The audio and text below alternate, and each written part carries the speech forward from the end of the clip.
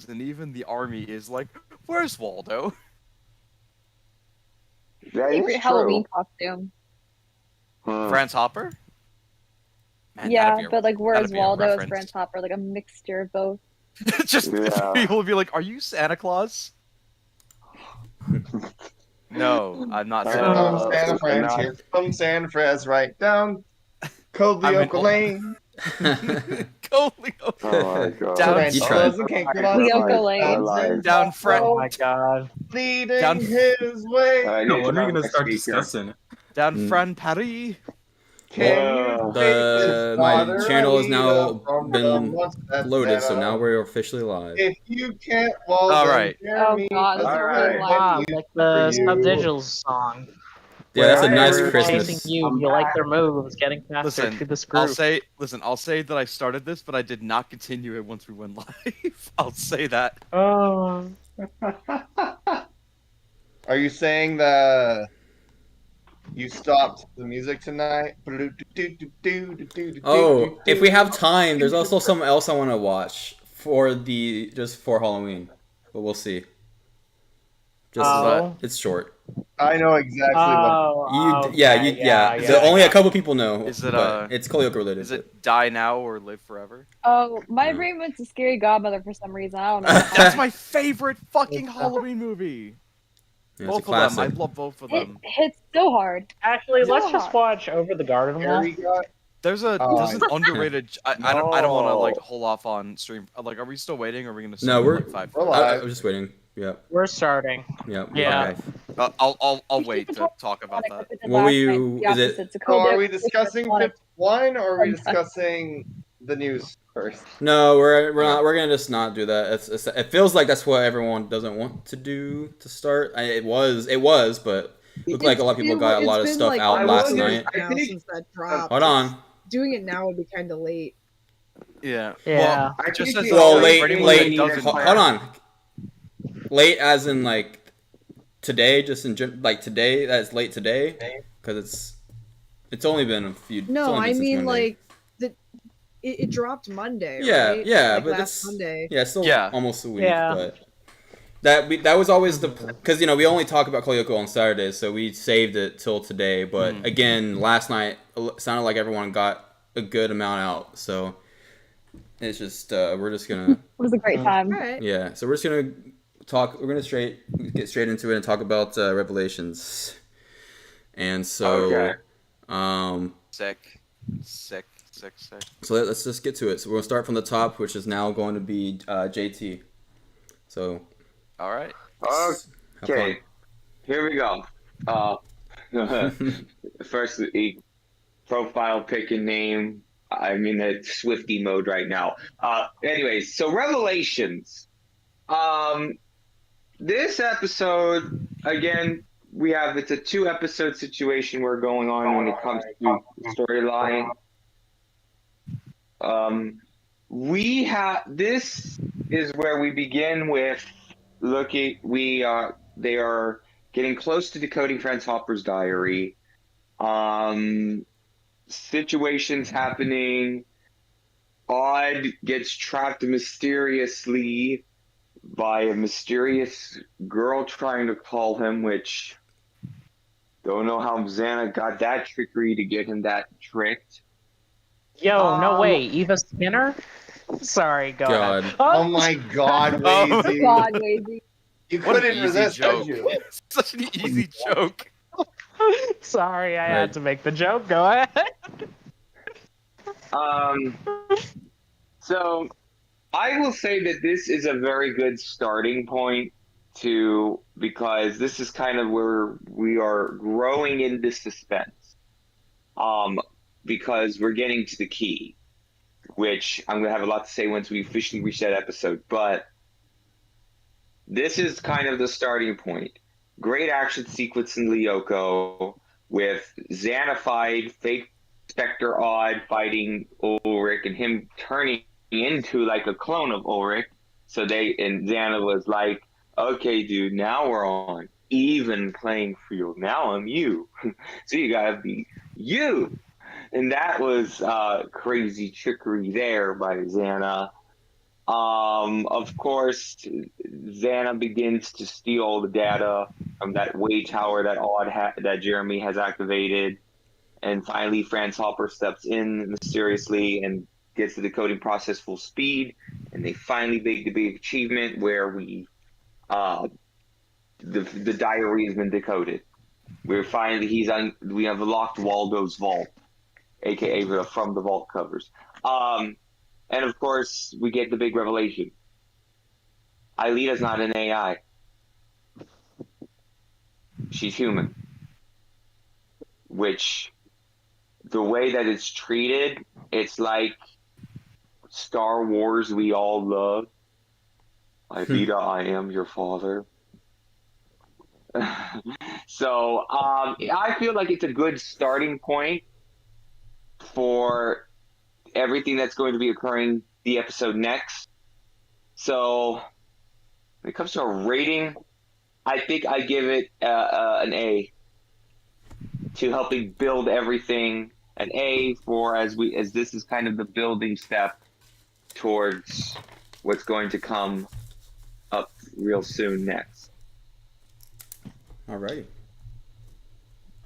All right. Sorry, Jory, you're up. Oh, okay. I mean, sorry. Okay, so, this episode is genuinely my favorite out of all of them in season 2. Like, even Marabunta, which is also amazing. But, like, everything about this because my favorite genre out of everything, like, I love drama when it comes to writing. I love, like, suspense. I love tension. But my favorite thing will always be action. I love fighting. I love seeing characters just, like, pummel the crap out of each other. Or just have like, a really even deadlock where it's like, I have no idea who's going to win, and when there's, like, a sudden twist at the end. I love it. And, you know, first of all, like, this is the episode when Og gets stuck under the water thing, Yeah. right? Like, Yes. And first of all, the drain. Water thing, the drain. Yeah, sorry, my brain's not all the way. First of all, mad props to Yumi for getting the strength to pull that out of the ground. And she went full on with the strength. True. That was Like, full yeah, adrenaline. what, she is Coming not out of human. That is 100% adrenaline right Like, there. I've seen some people Rare Yumi W. like Yeah, I've very heard rare. people, Rare.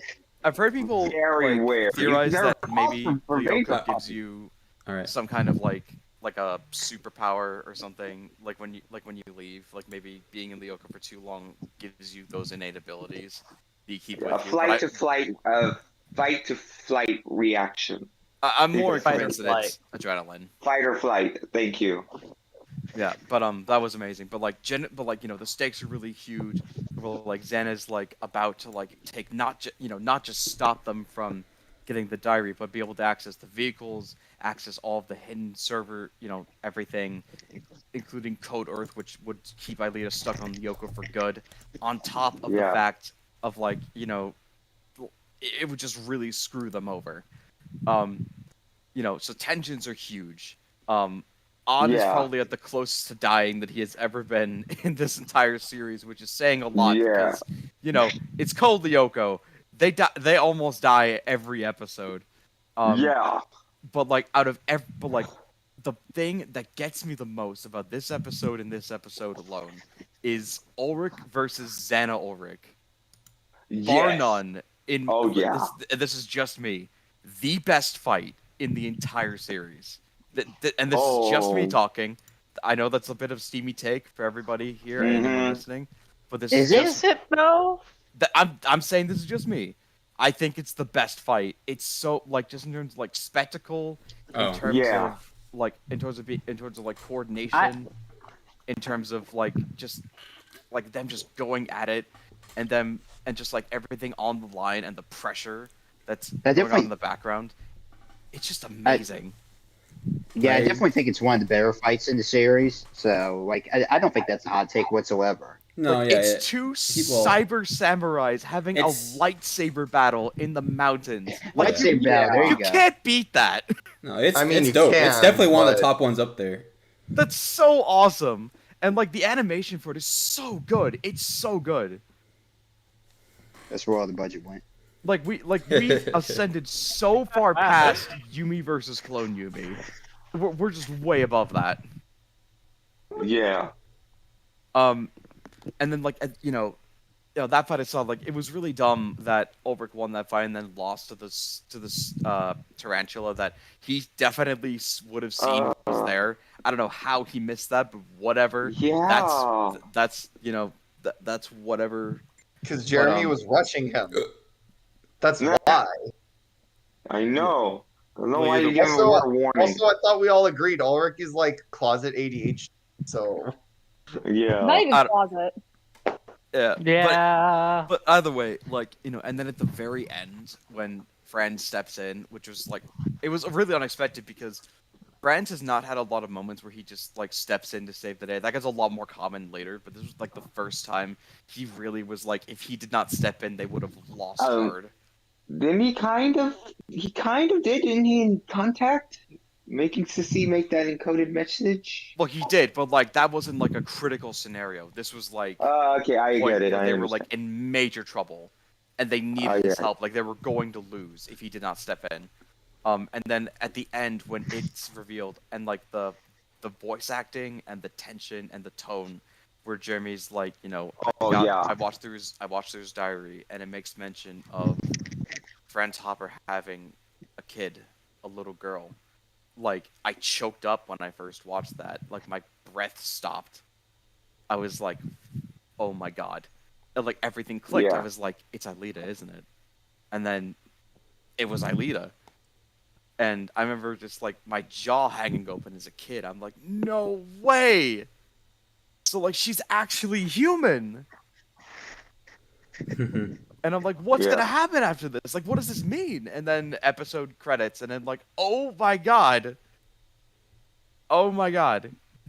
And it's just wow, everything about this episode was just this is a textbook example of what you should do leading up to a finale, in my opinion. Yeah. You've got everything, you've set up all the bowling pins for either a huge win, or in this case, we'll get to it, a huge loss. Huge loss, but we'll get to that. But yeah, just on the fight alone, ignoring everything else, just on the fight alone for me, it's an S. But with everything else included, with the tension at stake, how good the writing was, with all the heroic moments, how everyone was pitching in to do everything to make this work, all the surprise moments. This is just a top tier episode. I'd honestly wager this would be the best of season 2. That's just me, but I could make that argument, honestly. Whoops. All right. All right, J-Man. I disagree. I think the chips are down is actually the best episode of season 2. All right, Alright. just give me a Alright. moment. Whoa, Just no give me a way. moment Hey, to. man, your voice changed so much. Alright, hold on. Alright. Guys. Don't worry, I stop got your it. I got blasphemy. it. I'll devirtualize them. Stop your blasphemy. Don't worry, I'll devirtualize them. We all know it's common interest because Peter Duncan is our Lord and Savior. Thank you. Now, Correct. Amen. you're free to be wrong, but have fun in Peter Duncan's hell, You guys are which clowns. is way man. worse than the Judeo-Christian hell You guys are that was clowns. stolen from Dante's Inferno. L2. I'm not even gonna entertain this. That's what we do best. Okay, so J-Man, you were gonna say before Colton came in here with the spicy bad take. Yes. The J-Man did have something to say. And I forgot it. Good job. No, I'm just No, playing. I remember it. But you have it in front of you. it's kind of hard. It's just kind of hard. Where to start with this one, because yeah. Me too. I'll definitely say this is probably one of my favorite episodes. One of my favorite episodes in this series in general. It's there's so much to it. There's barely anything. In fact, I don't think there's a single thing I dislike in this episode. It's I feel like many of my thoughts was already reflected by A1 and everybody prior. But if there's one thing I will say, and it goes to show why Odd is one of my favorite characters, is that his whole situation when he was stuck down in the drain, I loved it. Despite the fact that how he got stuck in the drain was completely stupid. Yeah. Oh my god. Get in there. My What was man. he trying to think he I was need to gonna figure meet? out how that happened. I mean, like, Yeah. You didn't Whoa, see no it. way. I know A I just, hermitage? I just said a Perfect few minutes spot ago. for a This, date. I just I know I imagine just said that a few minutes ago that there's barely anything I dislike, but it's like, dude, this man, he didn't even take a second to think about it first before he went into that forest, and I'm like, oh We didn't man, know what was gonna happen. the horny is too strong. What? oh my god. Yeah. Then again, he's like a Well, child. But Like, is it horny? Because we all know Odd has explained it himself. He's Yes. trying to find what love is to him. And Yeah, he That- there's no problem with him. So, There's no problem with him. it's not even just I, that.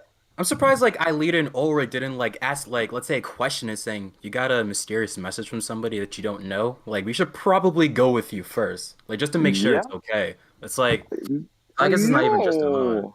but it's like but aside from that, this whole episode when it comes to Odd being stuck down there, I loved it.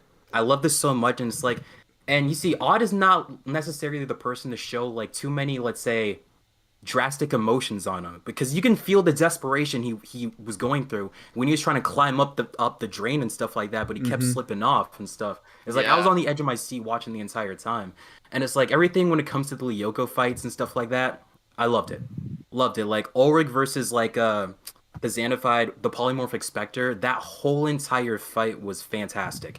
Every single thing about the animation, and that was like the I don't know what they like did with the budget. I don't know how much more they got into this episode, but it was so swift. It was so fast. And that was and now I'm actually I have the episode like in a different tab, and I was like stopping and pausing just to see the different movements like Ulrich and the polymorphic Spectre were doing, and it's like, no, these are all clean moves. Like everything when it comes to this animation was just spectacular, and I really, really did like that fight. But going back to Odd, there was two things that was revealed to it that I analyzed and stuff like that about him, and it's that, yo, Odd is one of the most important characters. I wouldn't say the, but he's one of the most important characters of the LWs because Oh yeah. being a Lyoko warrior can Right. be incredibly depressing, incredibly depressing, Mhm, so yeah. depressing. And it's like the first thing he did once he was saved by Yumi towards the end, he made a joke and made both of them were laughing. He literally Yes. let out humor. Cause like, yo, and the reason why I bring that up is because Yeah. Odd is the kind of person that is needed for groups like this so that he can bring everybody's spirits up. Especially yeah. when they're taking too much shit from Xana. Because again, it's yeah. like a situation like that will scare anybody. If I was ever in the situation that Odd was in, I'd feel 100. I'd get so I would be traumatized beyond belief. traumatized. Oh yeah. I would have severe cases of PTSD just remembering something like that. Because like, yo, I already Yeah. can't. Like, I'm not a very good swimmer to begin with, and I can't hold my breath for that long. Because again, it's like, oh my, like the whole desperation with like Odd trying to hold his breath, like under the water and stuff Yeah. like that, and Yumi struggling to pull the grate out. Like that entire scene was done beautifully, and I was on the edge of my seat the whole time. But the other thing I analyzed about Odd is that he's a character that Odd is so damn strong on the inside to the point where Yeah. I think he refused to let others worry about him so much, despite the fact that the situation that he was in was so dangerous. He refused to let everybody worry about him, so I felt like it was like a defense mechanism to start laughing and making jokes as soon as he was saved, so that others wouldn't worry too much about him. But on the inside, you know he was scared. Like I felt that throughout him while he was trying to like climb up the grade and stuff like that. And as he was yelling for help for Yumi to like save him and stuff like that, you can tell he was scared on the inside, but he didn't want others to like bear, like let's say bear his fears. Like he wanted to keep that to himself and stuff. And that's why I say he's like that's what like the two things. As to why I say he's one of the most important members of the entire show. And I just loved Odd's character in this episode and stuff like that, aside from him like believing that stupid anonymous text. But Yumi, and I said this before in previous streams, it's crazy what these characters can do when they got like high adrenaline. Because like Yumi already did something like this before when he chased down an ambulance truck on a bicycle and stuff like that. Yumi is damn near superhuman. Like I would say she's at her full potential when she's got so much adrenaline. She's damn near superhuman. Yeah. And that's why I say it's like Yumi is like the perfect like older sister figure, or like the perfect like older figure within the group to like let's say like protect her friends and stuff like that. She's incredibly essential, and I really did love like all the strength that she like did like that she represented in this episode. Everything about it was fantastic. Yeah. Oh yes. Yeah, it really was, man. And it's like, man, I don't know what else to say about this. I just loved everything about this episode. Like it's got a great. I love both all the plots. Like the whole entire plot of this episode, I really did love. And then I also did like that they were gonna lose at this point at this episode, because like Ulrich, he got like blindsided by like a tarantula when he did win the fight with the polymorphic specter, but he got blindsided instead. And I love that twist. That Franz Hopper showed up at the end, right? Yeah. I love that Yeah. twist when he showed up and redid the codes for Jeremy and stuff. And I don't know, everything about this was just fantastic. And it's like this like, and that's the thing. It's like when I'm really like passionate about how much I love an episode, I'm just gonna give like my grade straight away. This is a high S tier.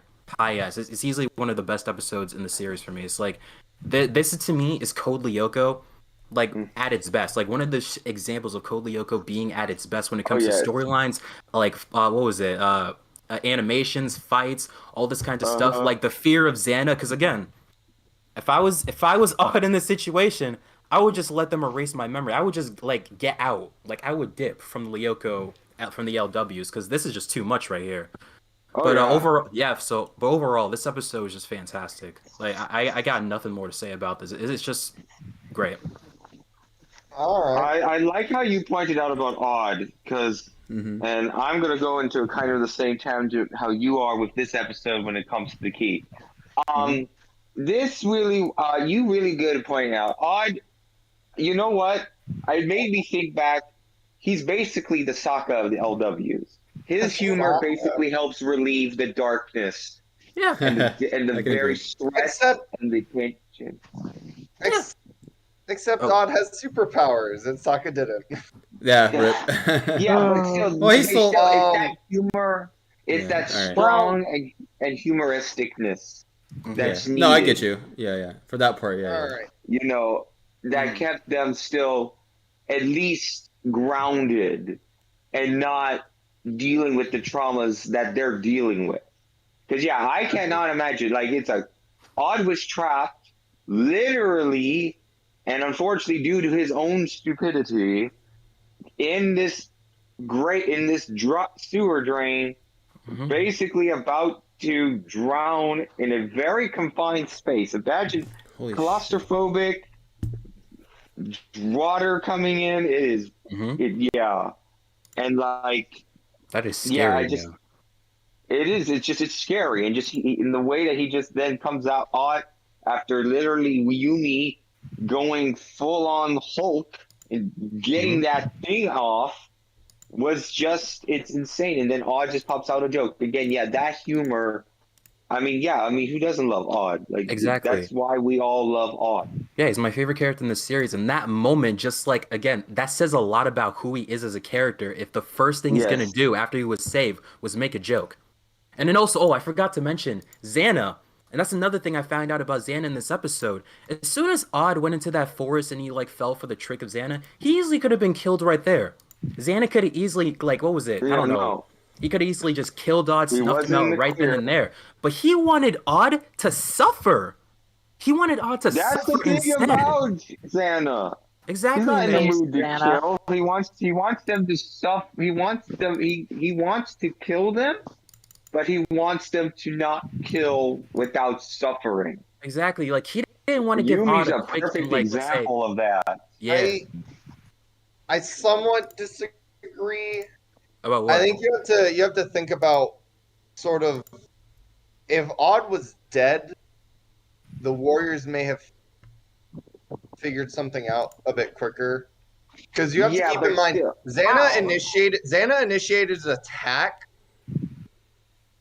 not assuming that potentially the Warriors might come looking for Odd, because they very often do go and grab someone, go try and find or grab or inform someone, one of the Warriors, when they're not picking up their phone.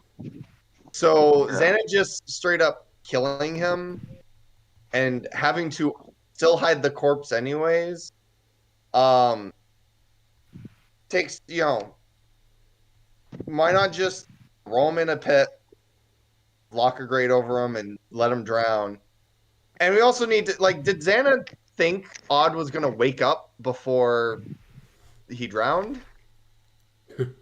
So Yes. you kind of have to be conscious to suffocate or to Yeah. know you're suffocating. Yeah. So I disagree. But yesterday on Cam stream, I said Lyoko has not aged well. This is one of the few episodes. This is one of the episodes that kind of proves counter to what I was stating. This is one of the episodes you really want to point to when you say, but Code Lyoko is still totally worth watching because the show, this episode manages to hit the pacing correctly. It manages to hit the story beats correctly. It manages to hit the character development correctly. It manages to create compelling action scenes with extremely detailed and impressive choreography. It sort of doesn't lean into tropes as much as the other episodes. And there's not really any moments where you can go, that's not something a character do. Well, that was dumb of that character. Because with Odd, the number was the number was hidden. Odd doesn't Odd's the kind of character who is, if I recall correctly, he's already done like Secret Admirer with Sissy and then realized, oh shit, I was talking to Sissy. I don't think it was. I don't think it was this season. No, yeah, that's that not this wasn't. I don't think this episode. season. But Odd has done that. So a hidden or blocked a hidden number doesn't really catch me as something Odd would or should be like concerned about from his how he acts. And it's a great character study episode of Odd, as J-Man went off on.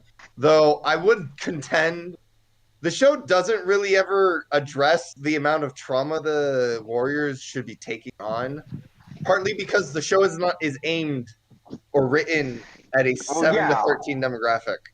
You don't go like, oh my gosh, Odd, why are you making jokes? You almost just died.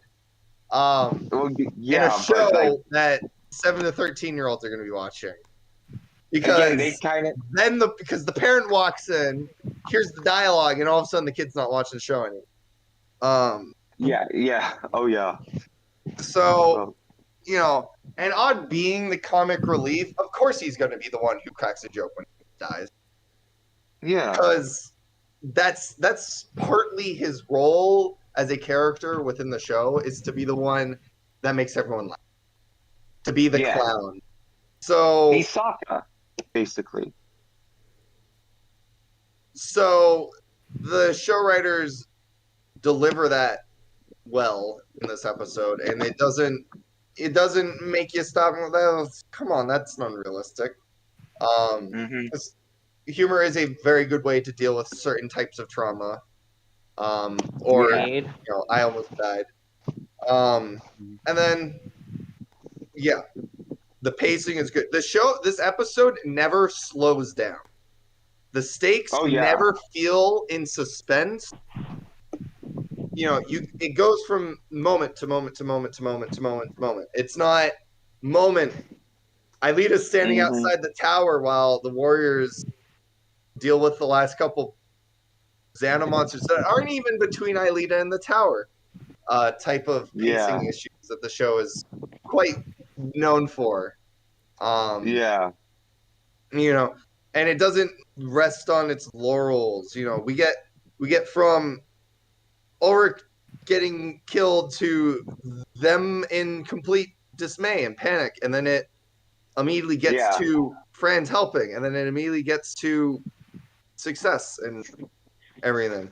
So this episode manages to really not get caught on the show's pretty serial bad pacing on any of its moments. And again, the Ulrich fight scene, he's so focused on defeating Xana Ulrich Yeah. that by the time Jeremy's yelling at him, Ulrich, you need to get to the tower, he's not going to be like, I got to get the tarantula first. No, he's going to be like, I got this. I got Xana. I can go get the wire now. And he runs over the wire. And then he gets devirtualized. And it all makes sense. It's not a plot hole. It's not a poorly justified story beat. Yeah. You know, and then the twist at the end, we get the nice somber, slow-paced reveal where Jeremy's like, "This is heavy. I can't just blurt out, Aelita, your friend's his daughter." He has to hit the beat slowly, and then we get Aelita's very realistic, like, "No way, it can't be me. It can't be like I would have known if, but." So yeah. And then the episode closes on, the episode leaves us like on, well, what does this mean? Clearly there's something. There's something. Why? How does Xana, if Aelita is a real person, how come she can't be devirtualized like the Warriors? Blah blah blah. So it does a good job of setting up the next main story beat of the season's plot, but not in a way like we could have had. I mean, questionably, the pacing would have been kind of bad to do it this way, but we could have easily had maybe a bit of a filler before the key. Like the episode wraps itself in a way where even if we didn't get to the key next, it sort of was a little bit reliant on us getting to the key next. Not entirely necessary, which is good. You know.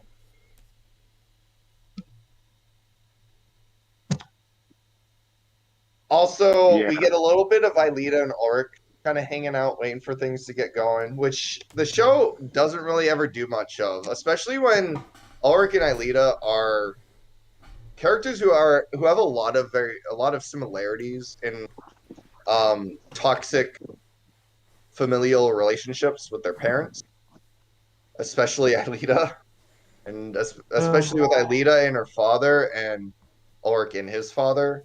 They both have daddy. We want to be that explicit. So these two characters would, getting to just seeing them kind of hanging out and chilling, albeit we don't really get anything super meaningful out of it, is sort of a moment where we kind of have to detract a bit from the show as a whole, not this episode, the show as a whole, because it presents us something that actually, when looking at it, would be really nice, but the show never uses it, which is Ulrich and Aelita discussing familial issues to each other because they're both much more capable of understanding than Jeremy, who has a flippin' brilliantly amazing relationship with his parents, or Odd, who his relationship with his parents isn't particularly awful, maybe not positive, more like neutral. Where his parents get along, his parents are pretty supportive of him, but he doesn't see them a lot. He doesn't, there's not enough interaction that really gives us a reason to like think Odd it has a bad or good relationship with his parents. And then obviously we have Yumi, who her relationship with her parents is pretty good, but the parents are problematic with each other, so she has a toxic environment. But that's not something that translates quite as well as Ulrich and Aelita's problem. Yeah, I think I'll hand it off to Laura. Here's the baton, Laura. Persona? Oh. Okay. I was gonna say it, but I didn't. But yeah. Baton pass. Anyway. I like to say baton pass because it pisses people off.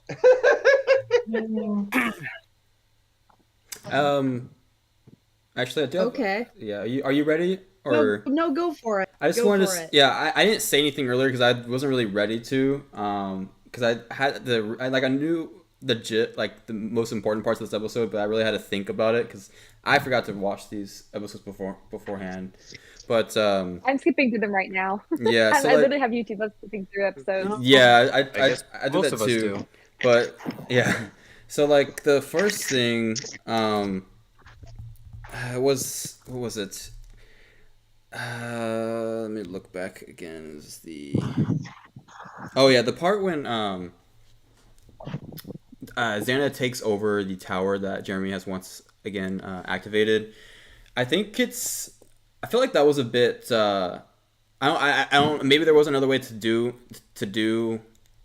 the decrypting faster or whatever. But like, I think that was a very bold move because you already know what happened before with the tower being activated, not by Xana, and he had, when he took over the tower, he had a chance to access all that secret information about the supercomputer, and I thought that was very risky of Jeremy, but I guess he takes risk, obviously, because that would have been the game episode over. addresses that risk, I will say. Yeah, I think is it plot Ulrich? convenience, I guess too. I think Ulrich explicitly does point out that didn't exactly go well last. Like word for word, he says that didn't particularly go well last. So, the Warriors aren't inherently blind to the risk, which I think is actually a good thing for this episode. The episode addresses the fact that, activating towers has not gone well so far. So why would we want to?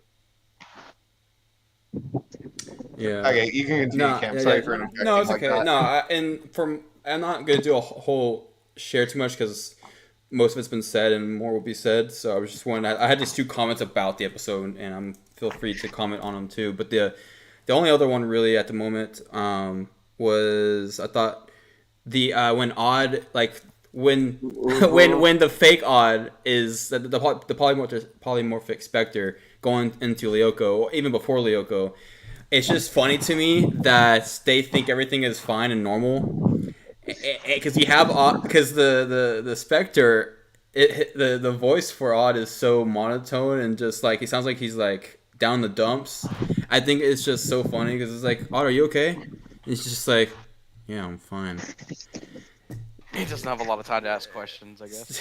It's just it's like they knew something was kind of up, I guess, but like it's just kind of funny, but also a little.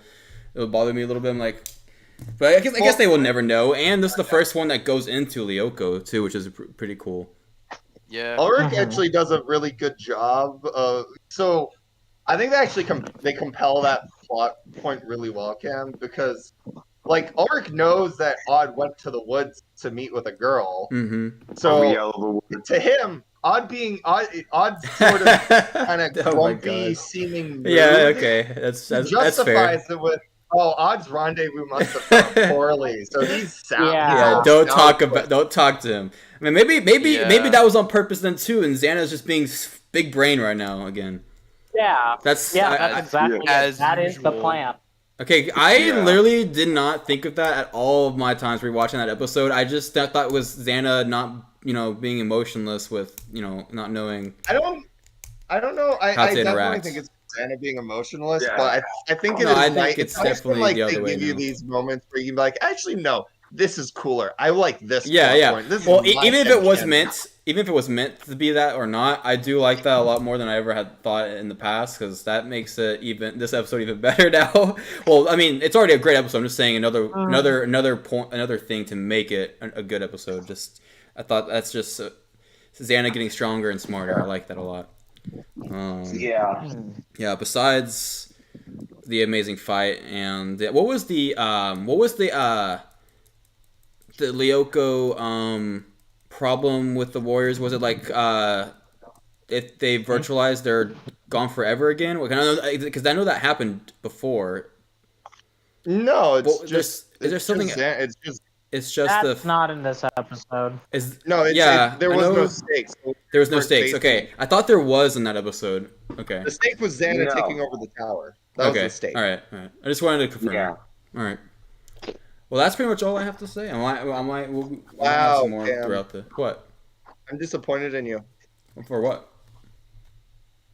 Not even mentioning Xana Odd absolutely freaking TKOing total knockout on freaking Yumi almost instantly. I'm disappointed in you. It's been a while. I haven't watched this episode Face since last year, so I don't remember all the scenes. But if that happened, that's another.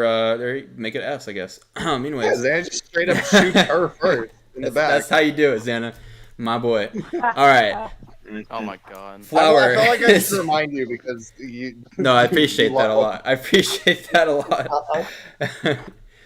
All right, Flower. Is it Now, finally my turn? yes, it is. What if I say Okay. no? Okay, no, you can. Here's the baton.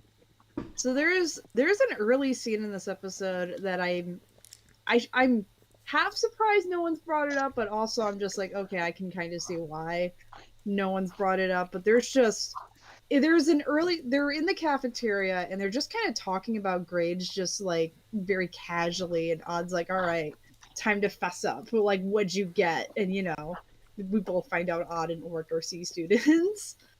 And then they're like, oh, hey, Eileen, what did you get? And she's like, oh, a 90, 95 something. It might be 96. And they're just like, oh, wow. And the Ort's like, wow, you're really good, especially considering, and he stops himself. Oh, He's like, oops. Yeah. I forgot that it was that scene. That line, yeah. Yeah, and Alita's very chill. And she's like, no, don't worry about it. I know very well I'm not human. Aww. And then she even has that haunting bit of foreshadowing when she's like, sometimes I have this feeling that Oh, you are right. You're so right. Oh my god. I didn't say it because I knew you were going to bring it up, Flower. Fair. Okay. Sorry, say that again? That last part? I didn't want to take everything from you. Oh, okay, yeah, that scene when Aelita stood still, sometimes I feel like I've lived a life on Earth before. Even though that's totally crazy, because that's not happened at all. It is foreshadowing I to think a she's T. specifically referencing Caddick, though, because, we know she was at Caddick. She was not at Caddick. She was homeschooled. She probably visited Caddick at some point. Spoiler. Well, she definitely did, because you see the picture with Franz Hopper at the school. Also, we're totally Wait, allowed are to you spoiler. saying spoiler for Code Lyoko? I know, I was confused. What are you saying spoiler for? Failed. Look, if you're Some of the newer bands. watching Some of the people newer bands. I know, but without having watched it, I don't know. Good point. Good You point. haven't watched Lyoko? Are you serious? We are doing a tier list of the episodes, so they have to be cautious when coming in here. Yeah.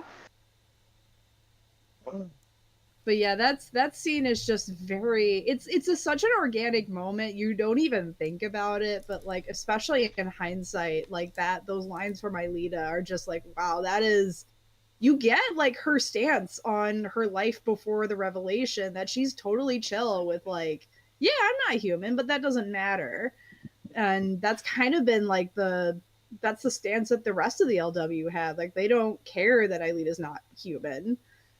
And like, so that's the status quo that's about to get shattered. It's the chill moment. I think gives you the chills. Yeah, it's a very chill moment. But... Thanks for bringing that up, because I forgot to watch all this, so there's certain things that slipped my mind. Yeah, I will mention something real quick. Is that, like, I'm watching the episode back, and in that cafeteria scene, they're the only 3 kids in there. It seems you don't see anybody else in there. It's possible. Don't worry about it. They're eating lunch later than normal or earlier than normal. Who knows? That's possible.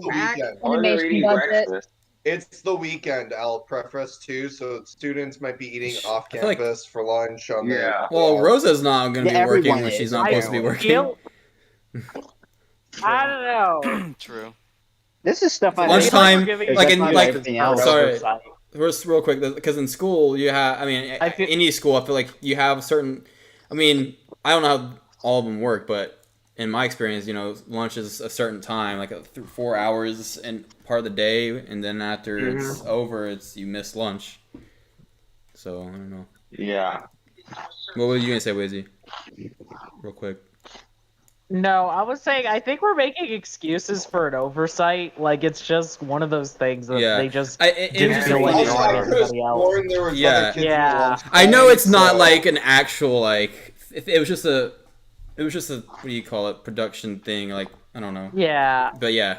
Yeah, It was just like they funny did, thought. they just forgot, or just didn't feel like it. Yeah. But yeah. All right, Flower, continue. The others background characters are not important in that scene. Yes. Anyway. There's other characters in Lyoko? What do you mean No. that it is inhuman? That's crazy, guys. Mom and Yeah. Sorry. The Just AU walking we by, need. minding some business. Nicholas mentions it to Sissy, and then she's just like, "You're absolutely bonkers, yeah. Nicholas." And freaking Nicholas is off screen yelling, "I'm right here." God save me. Yeah. God. Yeah, but no, I just wanted to, that was just such a good scene. Anyway, the rest of the episode, the revelations, more fun, mystery revealing. But before we do that mission, Odd gets a lovely, mysterious text message. And even at the time, I remember when I first watched the episode, I knew that, you know, receiving a mysterious text message to meet you in the woods is suspect and like you shouldn't go through with it. But I also thought that the episode was not going to acknowledge that. I genuinely thought that it was just some kid who was shy and that Odd, they were gonna have a subplot with like Odd and their new girlfriend and maybe they get caught up in the Xana attack this week. No, that's not what happened. That happened way. All right, Odd, into the pool. Xana playing with Odd's emotions. Yeah, but I know it was talked about. I mean, this wouldn't be already. the first time.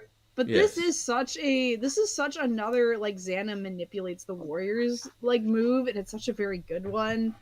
Like no one questions the text message at all. Like even when they go back to have lunch later, and like Jeremy's like, "Okay, we're doing the mission. Where's Odd?" And then Oric's like, "Yeah, he got a text message and a rendezvous with some mystery girl." And then Jeremy's like, "Well, who sent the message? Mystery girls don't leave their names."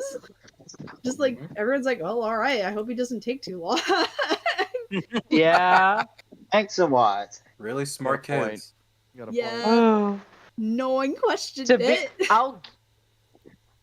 What were we gonna say? I'll give the kids a little bit of leeway because one, they're like 13, and two, it is like the early 2000s, not like today where it's like absolutely not random text meet in the woods. Like that sort of stuff was not like not like it was common enough knowledge, but not like it is today. You know? Oh, absolutely. So, I'll give them the benefit of the.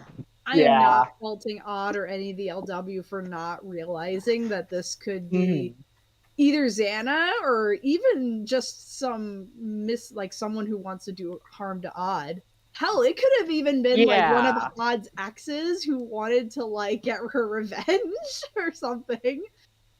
Leave his corpse in a bush in the woods for like before they find it. But nah, I don't. But I do like that this was a tactic that Odd's Xana exes. used to, He's got a long list of ex-lovers, and they all drove him insane. He knows all too well. Wrong era.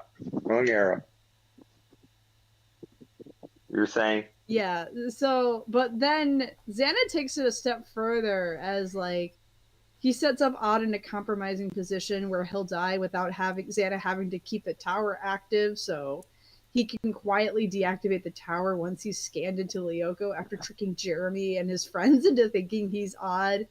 It's great. And like once the episode kind of leaves it hanging like a mystery of like what happened to Odd, because he shows up grumpy, but like even if you assume that Odd fought Xana and came back, he wouldn't just be quiet and grumpy. He'd be like, "Yo, Xana just attacked me in the woods." So you know, that's a normal day. That happens to all of us. Yeah. Yeah, true. True. But like, nah, he gets in, and then you get the reveal that Odd's like in the grate with the water running, calling for help. It's again, Kolyoko's like showing its horror roots. And then we get back to the Odd clone with like the very, very thin pupils. I noticed like everyone else has got normal size, but his are like thin. Love that little detail. And the reveal of like to the warriors is great when he just shoots Yumi. He just point blank after they're about to fight. You see the point of view from the odd clone, and then he turns his like fist like his gauntlet to the I don't know what to call it. His fist full of arrows. He just points it at Yumi, shoots her, and then Orc's immediately just like, okay, that's Xana. Like no question. Like they're not even like, does Odd have some beef with Yumi? Like no, just straight up. Oh, that's Xana. Yep. Yumi goes to rescue Odd. We've already talked about that scene before, but it is still a very in character moment for Odd to just be like, no girls ever left me waiting that long. Like, no, I think I kind of agreed with, I think J-Man said it was him like trying to not make Yumi worry. I think that's also to make himself not worried. Like he's downplaying it so he doesn't think about like how he almost died. He doesn't want to think about that. Yep. True. It's his coping mechanism. And we got the epic fight where Oryx's like, Xana, you'll never be able to beat me. Odd's never beaten me yet. And then he turns into Oryx, and Oryx's like, yeah, well, that changes things. And Yeah. I will also applaud Xana here for like basically taking a distraction route of like leading Oryx away from the tower so he can continue to have his monsters like defend the tower he's trying to hijack while Oryx's running around trying to fight himself or a clone of himself.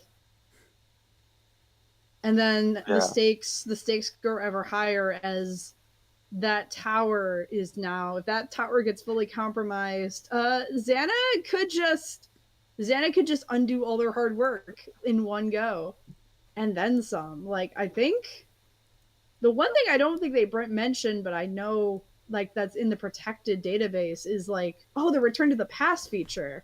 So like Xana could just start infinite return to the past if he really wanted to. Oh shit, that's true. Yeah. He's gonna get jacked from all the. Yeah. He just starts looping like mad, and like there's not a whole lot the Warriors would be able to do about it. It's that's just one scenario. I mean, I do have to wonder. Xana obviously only cares about himself, and you have it. I think there is technically a timer, for like a cooldown timer on Returns to the Past. Partially because if you were to spam them, you would probably collapse space-time on itself, and then you don't have a universe. We're diving into theoreticals at this point. Yeah, sorry, I kind of went on a tangent. I just wanted to highlight how like the let's not stakes forget for the this tower. is pseudoscience. None of this is supposed to make sense. Yeah. Yeah, exactly. The tower. Yeah, that fear that Jeremy has. The Aelita's hitting the button, but nothing's happening as the data's flying across the screen. Everyone's like, "Oh no!"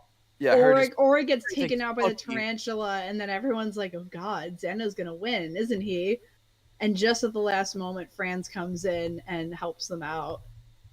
And then we have that ending scene, which is probably one of the most I don't know about the most, but it is one. It's up there in the top 10 most iconic moments in CL. This has got to be on that list somewhere. Definitely. Hey guys, this end scene jump and the out next a little, end scene in the next quick. episode. What? Sorry, I gotta be right back. I'm streaming from my phone and my mom's calling me. Well, just mute yourself if, or just hop out. Just mute. Yeah. Let me just mute. Here he goes. All right, sorry. Okay. We get that end moment where Jeremy talks about what he's learned about from Franz's diary as he's looked through it. And it's just the slow build up, and he's like, oh yeah, so Franz Hopper had a daughter, and this daughter, he took her with him to Lyoko, and then Aelita's like, but I've been all over Lyoko, and I've never seen Hopper's daughter. Yeah. Like the idea that Yeah. she's Hopper's daughter Chilly. is not the first thing she thinks of. She's just Yeah, like she that's thinks of cool. Hopper's daughter as like some other person. Mm-hmm. And I like that a lot. I do. I remember that. Yeah. And then Chilly. it doesn't. She doesn't realize it until everyone's looking at her, and she's like, Yeah. "I'm not." And they don't even say it. They just leave it implied. I love it. It's such a nice She's like, episode. oh god. Like everyone else figured it out faster than she did. Like she's just like, wait, what? Bombshell. Her entire personal reality just got rewritten. And it's a fun reveal to like lead into the next episode, but we'll get to it when we get to the next episode. This is just an S. This is an S all around. It definitely is. Oh my goodness. S for Super Sprint. Yeah, S for Super Sprint. That's for I Star think Wars. that's all I have to say for now. We'll see if I have more to say in the future. Alrighty. All right, Momo, it's your turn. Hi. Here we go. So we all know when it comes to Ulrich-centric episodes, I am the connoisseur. I eat that shit up. So one thing I do really want to comment about is something like I noticed. I don't know if everybody else does too, but when Xana changes forms from Odd to Ulrich, he doesn't copy Ulrich's outfit. There's actually very big differences in the design of his Xanified Ulrich than the original canon design of regular Ulrich. And I think it's really interesting. The patterns on his jacket are gone. There's a lot of key details that are missing that I think is just a very interesting touch. He takes the white out of his pupils. There's a lot of interesting costume choices that I really, really appreciate that the designers like had to make a whole new rig for. Like they could have just made Ulrich that's so times true. two. Oh, man. They had to make a whole new rig and a whole rig. new set of designs to recreate just one scene and use it once. While, you know, for Odd, you know, being in Lyoko as himself, as Xana, it's like they didn't really change anything except for maybe his pupils, maybe. But like nothing was changed too drastically. With Ulrich, they had to make this whole new thing, so they really like went hard on it, and I like appreciate it because I've done this cosplay and it's fun and I love it. But even some of the pictures I've been looking at, you know, it's interesting that the color palette they chose is this black and orange kind of idea rather than, you know, because it's not really like the inverted colors of Ulrich either. It's very much a similar yet different design, and I really, really enjoyed that. And going off what people said before about like the ending of the episode, I really like those. This is what I kind of discussed, I think, yesterday. Is there's moments of Code Lyoko that really like get a little dark, and I love the moment where like you can sense this like almost panic in Aelita's voice when she's like, "Holy!" Like I don't know, like I can't understand that. Like, this isn't happening. Like I'm not this person, and they're like, "No, like this is who you are. Like you are this person." They didn't say it blatantly, but you can like sense this like when she realizes this moment of like, I don't even know what to say about it. I can't wrap my brain around this. This isn't happening. And it's very interesting to see her come to terms with it. Just in that split second of I'm actually human. Like I'm not just this thing. And I'm also kind of glad they didn't give her like a clone fever kind of deal. And she's allowed to be her own person, whether she wasn't human or she is. And I really appreciate that. But yeah, the whole thing about Ulrich's battle, just going back, because you know, I love that battle so much. I don't think it's the best battle in Code Lyoko. I think it's very high up there. But it makes me appreciate how Ulrich has two swords now, because the one just didn't seem to. If he had the two, I think it would have been going a little bit easier. But like he just had the one, and he did the best he could with the one. And a piece of me wants to pretend that Jeremy saw this and went, "Nah, here's another one, sweetheart. We'll give you another one." He did his best. No, baby, it's okay. Don't cry. It's Yeah, I fine. just, I mean, especially the second that Odd turns and shoots Yumi, and Ulrich's like, "Oh shit! Like I got it. Like he starts deflecting all of these arrows from Odd, while the tarantulas are shooting behind him at the same moment. And like, if the same thing was happening, he could definitely dual wield and like be a little more defensive against himself. But like, he had the one and was like, I have to make a decision here. And I think it's very interesting about his character of being so analyzing of his battle mechanics, of being like, I have this one sword, I can't lose it. Because, like, Odd, his weapon is in his glove. If he runs out of arrows, Jared programs another one. But, like, with Ulrich, he's got the one sword. Yumi's got two fans. He's got this one thing, and he's got to make sure he keeps hold of it and, knows how to use it. And even when he's fighting with himself, he loses his sword and he has to figure out in that moment, how am I going to fight when my clone has both of my swords and is now dual wielding against me? And I think it's very creative of how they use sort of like, because he doesn't really need to use his pentaxolot kind of stuff in Lyoko because he has his weaponry, he has his overbike. But for him to use that little bit in that one part to get his sword back and stab right through the polymer sector, I thought was a really cool moment. It was like, okay, well, he's bringing his real world skills finally into Lyoko, which I thought was really cool. So, that's just something I noticed that was pretty neat, and it just seemed like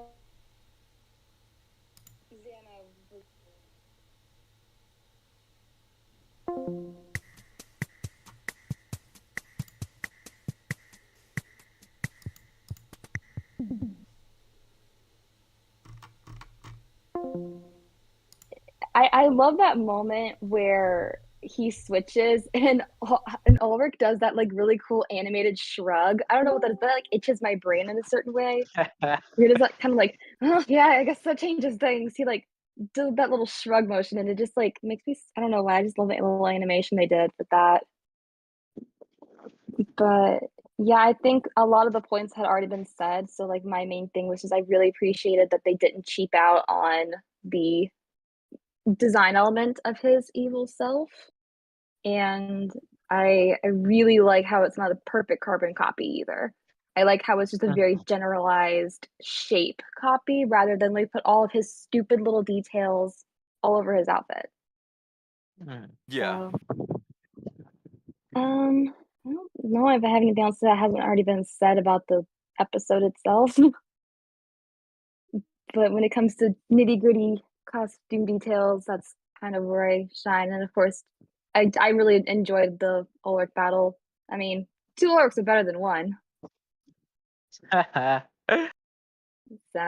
that's probably all I have to say. Alrighty.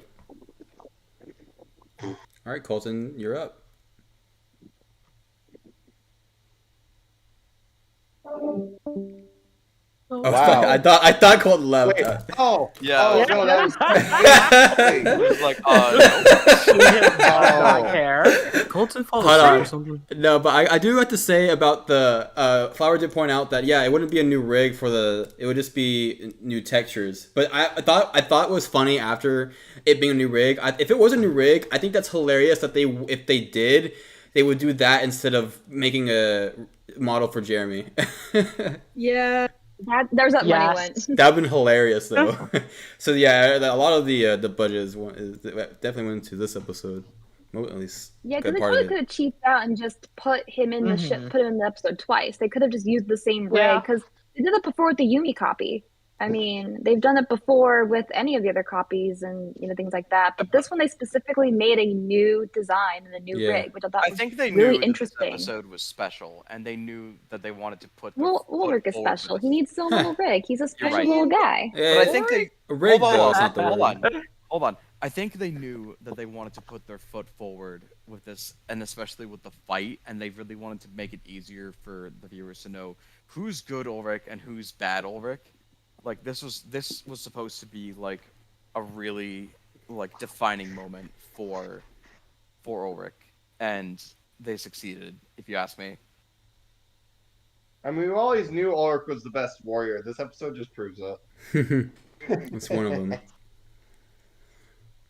Colton, are you there? I mean, it definitely isn't Yumi who's the best. It's Col- odd, but anyway. Okay, now he left. He's dead. I was gonna say you might be muted Is he on your end. back? Man, if only you left the first time, it'd been so perfect. Oh no, he's I don't even know what the dead. hell happened. Like all y'all freaked out, and I was like, "What the hell's going on?" Yeah. He's dead. Well, it's your turn, Jim! Colton. Oh, is it? Okay, so, yeah. What do I say about this episode that hasn't already been said? Like seriously, what am I supposed to talk about? Talk about how it sucks. Well, I will admit. Okay. Well, first of all, the thing about the whole rig thing is that, with Ulrich, and being his alternate color scheme and whatnot in this episode was interesting. But he has gray skin, and I thought that was kind of funny because it kind of reminds me of William having gray skin as well. Or no, he has white skin. Does he have gray skin? No, In it's not. evolution. No, he's like vampire white. Oh. I thought I was onto something, but anyways. Alright. Let's Can see. you guys hear me now? Oh, okay. I'm sorry. So I'm they're trying sorry. to decrypt Franz Hopper's Yeah, it's journal. okay, but What? My. You're back. It's fine. Oh, Just we're yeah, you're back. we're- Fine, but yeah, you don't have to Colton's say going. anything. Yeah. Colton's talking. Sorry. I'll gladly shut up for all you. I'm kidding. Anyways, so yeah, they're trying to decrypt Franz Hopper's journal, which I kind of got confused about when I was trying to figure out the plot of this episode because I was like, well, how are they like decrypting it through Lyoko or through a tower or something? Like I don't know how it works because my brain is too small and it's Lyoko. So, like 90% of my brain is used up with Kingdom Hearts, and the rest of the 10% is like Koyoko. So, it happens. But anyways, I gained a weird text message. No one really caring about that. That's pretty stupid in my opinion because, really, this Xana fella, he was able to make everyone's phone ring at the very same time, episodes ago. That was season. stupid. That was really dumb. I'm pretty sure this guy has the power to send a scam text message. All right, you kidding me? No one thinks nothing about it. Anyways, Text message. oh, you mean? What's it? Nah, we already talked about that, but what's it? I don't blame them for not being suspicious about this. But yeah. But go on. Well, I mean, I figured they would be. But they would need to be suspicious about everything at this point. Xander's the most creative villain ever. Not really, but he is a creative fella. I get that, but Odd is a guy who dates a lot. What's it? Random girl wants to meet him in the woods. Kids, what's it? Kids meet up to kiss and stuff in the woods. It's not crazy, Stranger danger. It's 2000. Does he not have caller ID? It's a hidden number. So. Oh really? And it's a secret admirer. It's also 2000. It's also 2003. So that's another thing. They're not. They're not. Go ahead. I had a phone on the wall. You remember those old phones that you had on the wall where you had the gigantic print core? And that thing had caller ID, and that thing was before. Yeah, no, but. It's a specific hidden. You can set your number to be hidden, and that's what this is. And it's it makes sense. What's it? This girl wants to be a secret admirer. They don't leave their name. They don't leave their number. It's not the craziest thing in the world. I guess not. Yeah, but I think trying to die on the hill that why would anyone spawn to a hidden number ignores the fact this show was written in 2004. I want to say exactly. It would have been a lot more. Time. I was going to say it ahead. would have been a lot more acceptable if the secret admirer said, "Hey, let's meet at some place in the school." That would have been a little bit more acceptable for me because it was in the school because then everyone will know. He's still Everyone playing some already sort of knows. Yeah. Yeah. So like the problem here is like you're trying to nitpick a pivotally important bit of the plot in a manner that like you're trying to project modern standards onto this plot point that Yeah. relies on 2004 era understanding of phone numbers and caller ID. Well, I didn't have a cell phone back in 2004, Also, so I don't know what to also, tell this you. was before You had the a cell era phone. of like prolifically horrible spam calls.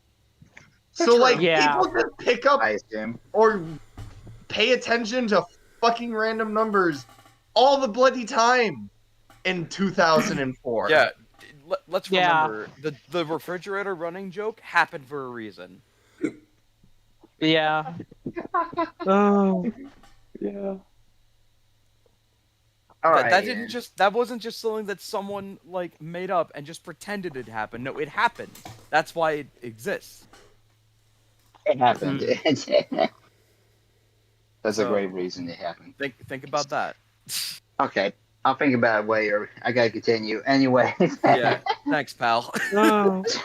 Thanks a lot. Anyways, so I see. So I did decide to watch some of the episode back, and I noticed that who was it that brought up the fact that like Odd getting trapped in the drain was stupid? Me. Of how it was done. Oh wait, no, It's no. Jamie. that We was- all did. We all did. Oh, how I think. how he got trapped in the drain? Yeah, that was me. I saw Jamie. it. No, I'll tell you. I thought you were talking about the physical of No, how how he he got trapped just- in the drain. Like all of it. Yeah. Well, I mean, the physical is pretty easy to explain. Xana's clones of super strength, like literally, he could just like pull the grade out, throw Odd in there, put the grade back in, done. So you Yeah. think it was a clone that did it? Okay, because I didn't Yeah, see it was. that Yeah, part. it was the clone. Yeah, well, Oh, no, it doesn't. Yeah. It's not shown. It doesn't get. Yeah. Yeah. But It's all I off-screen. saw, because all you see is like some black smoke, like Xana style, like how it usually is. And I'm like, well, how did so what? So like smoke grabbed him like Oh no, it was Flying Nimbus style, polymorphic specter. and put him in the freaking thing and what? Oh well, yeah. So I was confused by that, but I Strong guess smoke. like I will, yeah. Oh. So anyways, I never think about the drowning. Like I know people have said already that like, oh, this is very impactful. That how Odd's drowning and how it's pretty prolific and whatnot, pretty scary stuff. And I'm like, it is. At the same time, though, is that like I've seen Xana do way worse. So so I'm not really. The thing is, like, That's- he's done stronger scale like things. What makes this different is that this is a very personal, like, attempted murder. You know? It feels more so on a psychological I took it- perspective, though. Like, Xana it's a took it way psychological too one. personal. Yeah. Yeah. I Maybe agree with so. that. But I don't know. I'm not able to really, It's all good. I mean, yeah, it is all good in the neighborhood. So Odd is missing. The polymorphic specter of Odd. Yeah, that was some pretty cool stuff. Is that like, aha? I found. I don't even know how to respond. I'm not Xana. I don't know what he would say. I got you or something. Gotcha, bitch. Yep. And so Odd apparently transforms into Ulrich, a evil version of Ulrich, and they have an awesome fight. And Xana and Jeremy are fighting over who has control of the tower, which is a great. I think it stands up there with like Monopoly and Clue and Trouble as like a great game, great family game. Who has control of the tower? Great family game for all families to enjoy. Yeah, I think everyone should. Come on, who doesn't love King of the Tower? Yeah, everyone with those. Wait, you mean King of the Hill, or is that the joke? No, Wait, I missed the bit. I'm That's sorry. the joke. Oh, That's Oh, the ultimate virtualize fan this, fiction. man. I'm sorry. All right, moving Oh, on. It's okay. I'll be quiet now. Go all Xana. Colton, In that continue. one episode where he manually virtualizes the warrior. Yeah. Yeah, pretty much. The end. So who should come to the rescue but the guy known as Franz Hopper? He shows up. He's The the guy, guy. you say? guy. He's the guy. We did this last week. I We're know, not but doing it's this still again. it's still guys- funny. Yeah. It's You still guys did funny. this Franz Spy Hopper is Kids the guy. 3 bullshit. You guys already did this. I don't care. Oh yeah, Yeah, last I week. will Yes, do it yes. over and over Yeah, again. it's too funny though. He's the guy. Franz Hopper is the guy. He is the guy. And he saves the day. He's Helping not the everybody out. guy. Oh yeah? Why? Oh. I'm the guy. All right, we get it. All right, Colton, continue. So then, and then eventually, everything's all right. Gets saved. They decrypt the diary, and then we find out. Oh yeah, Ilea, you are the daughter of Franz Hopper. You are the daughter of the guy. It's son of a bitch. I can't stop doing it. Oh. Someone say Franz Hopper. Beep beep beep beep beep. beep. Yeah. But one thing I did notice actually, and I've never noticed this before. I was watching the credits of this episode, As you do. and I've never noticed this before. But when they showed the picture of Franz and Anthea, it's grayscale, and then I realized, oh my god! Like, imagine if it was like in full color, and you see Anthea having pink hair, and then you think, wait a minute. That's Oh my a god! clue. Is that the yeah. reason why it was Grace? Oh my god, that's clever. Yeah, I thought I that never was- noticed that before. I thought they were just like running out of budget to color the thing. That's actually really clever. Yeah, that's Good a really detail. clever thing, and I've never noticed that before. And I always just kind of assumed it was her mom, but that does like hide a pretty crucial detail. Also, Yeah. it just proves the Yeah. fact that pink hair is somehow genetic. I don't know how that's possible, but Anime world. it's totally It's an nothing anime. real. Animation, you can get away with it. it's anime. Exactly. You wish it was. I Yeah. do. I'm kidding. I'd love for, like, so- Trigger to pick up this, this show. Oh. Or So Well, yeah, maybe now any that can studio. happen. well, any studio. I'm sorry, please continue. Please continue. That's potentially, true. allegedly, supposedly. And I guess the last thing I want to talk about is when Ulrich taunts Xan Ulrich. He does the Neo thing. Has anyone ever seen The Matrix 1? Yeah, he does the Yeah. Yeah, Like I he never does noticed the that come until on now as well. motion. Yeah, I never noticed that before until now, and I'm like, yeah, you were inspired, but yeah, you guys were inspired by The Matrix so hard. There were a lot of like The slow down entire motions. show. Honestly, I would love to see Lyoko do like a crossover with somebody. Hey, anyone watching this stream, write that fan fiction. I'm sure What? it exists. Well, write it. Lyoko X But, Matrix. but yeah, but if it was probably written in like 2002, Yeah, there's search it gotta be up. like a better one. Maybe. Fair. I want to see a Koyaka Candy Hill fanfic. Oh my He god. did mention Candy Hill before, so I don't know. I just imagine like Bobby Hill. Like, showing wow, up it's and such a being like, weird crossover, but they exist. Yeah, it does exist. Yeah. So, yeah, great episode. Everyone has already said everything about it. Wazzy, you Oh, boy, got Easy. you got a journey and a half to go on here, so I'll hand over the baton to you. Baton pass? Mm-hmm.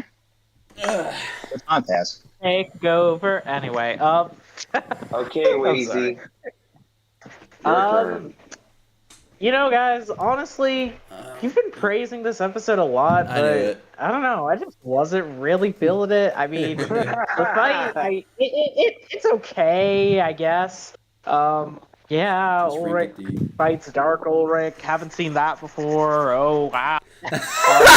That happened Wait, 3 did that really episodes happen ago. before? Stop Did capping. that really happen before? Well, so Yumi and Evil Yumi.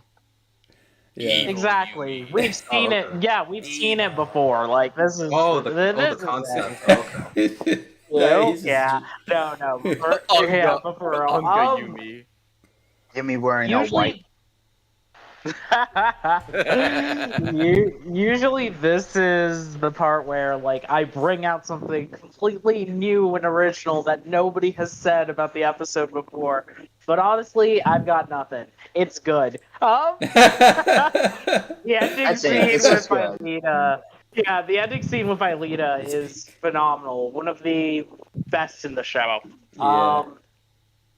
Yeah, it's good. Everybody's covered it super, super I well. know. I really don't have much to add. Damn. So, yeah. True. Well then, are you? So you're sure you're done? Yeah, I'm sure I'm done. I don't have much else to say. All right. Well then, it's time for the ranking for this episode. So we'll go back to the top. JT, what was your ranking? Is it the same?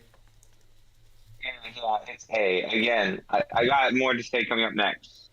Yeah, that's fine. I just don't want you to. Yeah. I'm not ranking it S because it's not the key.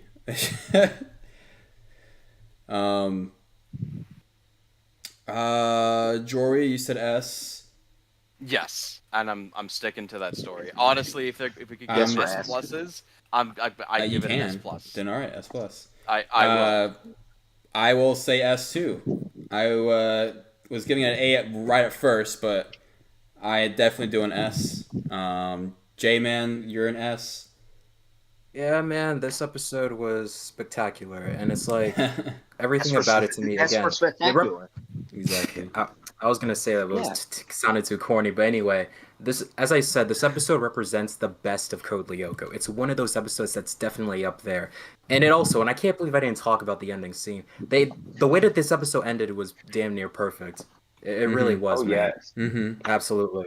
So it's like, yeah, it's definitely a nest here. It's one that I would. It's if you were to show somebody, let's say, the real, like, let's say, it's a corny way of saying this, but like the real magic of Code Lyoko, this episode would definitely like be up there. It'd be definitely in that conversation. So S tier. Magic.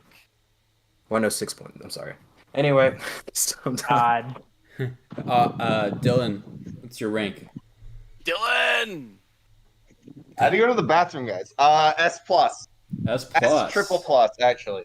Damn. All right, Flower. You said S, right? Yeah, S. Momo, if you're there. Oh, she muted herself. Oh. Yep. Oh, I know. I just maybe Well, she's listening. we'll come back to her. Colton, A. Wazy, S minus. okay. Wow. Minus. What? Okay. All right. Well, I guess I'm gonna talk about Nah. this now. What? It's a great episode. I have no. That's a I just great don't episode. think. I don't think it's top tier, but it's a great episode. Yeah. So Uh, yeah, I was debating. It's not the best. I was It's not the best debating A episode of plus, this series. Yeah. No, it's not. But Yeah. it's really good. Yeah. So yeah, S minus. I think there are better episodes. So yeah. all right. I'm just. I I'm mean- just screwing with you. Fair enough. Fair enough. Oh.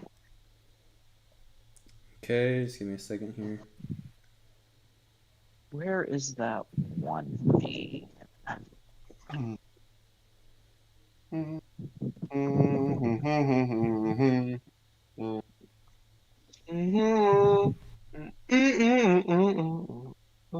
Well, what you doing there?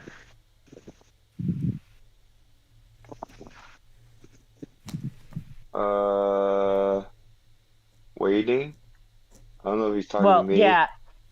Watching No, I meant the humming. Yeah, it sounded like a Christmas song. I was like, oh god. amid Do, the do, rating. do, do, do. Say Actually, it don't. ain't Why'd you even so, ask? I will not go. Turn the lights off.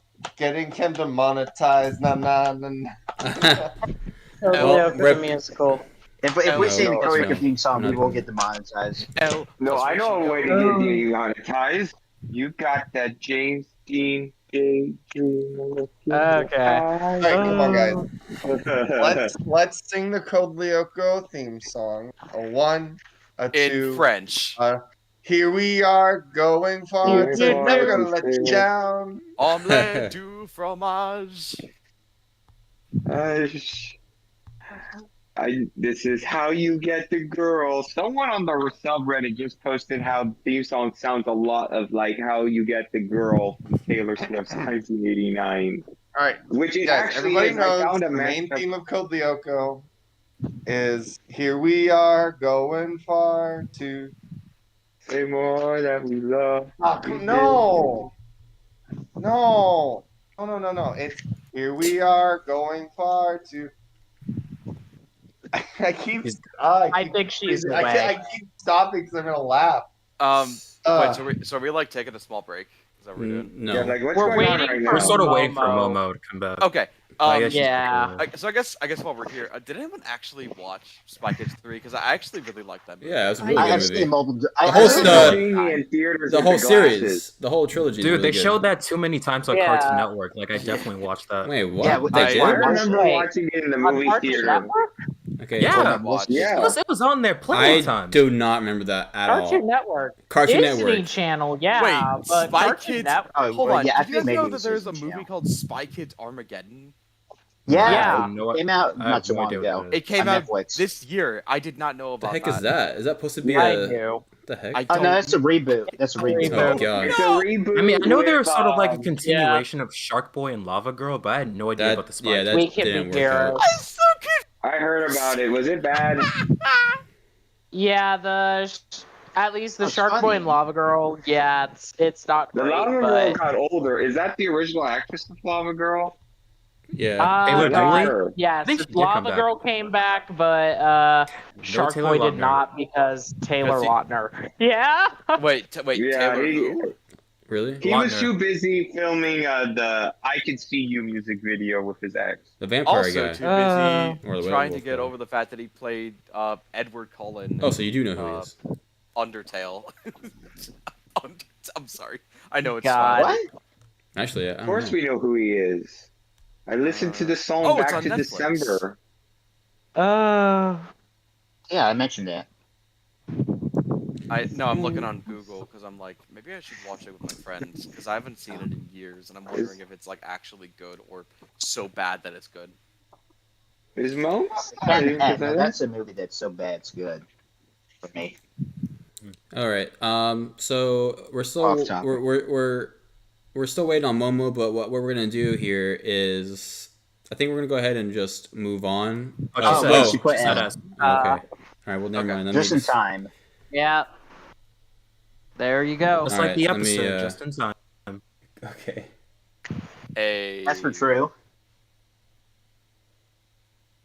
Let me just Oh dang see it! I don't have the this. sword. I don't have the sword gift where he says just in time. All right. Dang. To the tier list we go. Revelations.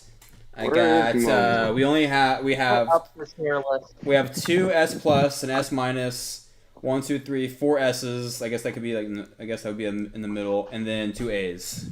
So it's definitely going to be an S somewhere. So I guess it's mid to. Damn, put the tier list on the It's actual on. screen. It's on. It's, you Middle have to of wait. that? You have to wait. It's gonna be no higher than a mid S. It would be like a S or an S minus. You're right. It is mid. Well, where are we putting it? Momo, we need your rank. No, we already got it. Okay, she's- It's in the chat. Yes, yes. We said yes. I already got it. Yes. You're late. Yeah, You're very late. Dude, look so at the the- Yeah. So Look in the chat. so the Use your eyeballs. so in the S tiers we have Marabouta, New Order, France Hopper, and Cold War, and then Revelations where we put in that. Above Cold War. Yes, Yeah. yes, of course. Yeah. Absolutely. Hon- Of course. Honestly, to me, it's above every single one of them. Of course we know that. I know. I'm sorry, but that's not happening. Yeah. You're right, Matt. Actually, I have a question. Do you think is this episode your favorite one of all? Actually.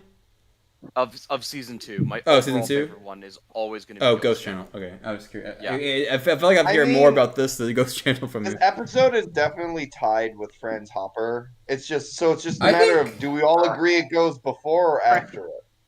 I France would Hopper's a say. better episode. Oh my goodness. To me, Wazy, this what one is wrong a with you? tie between that and New Order.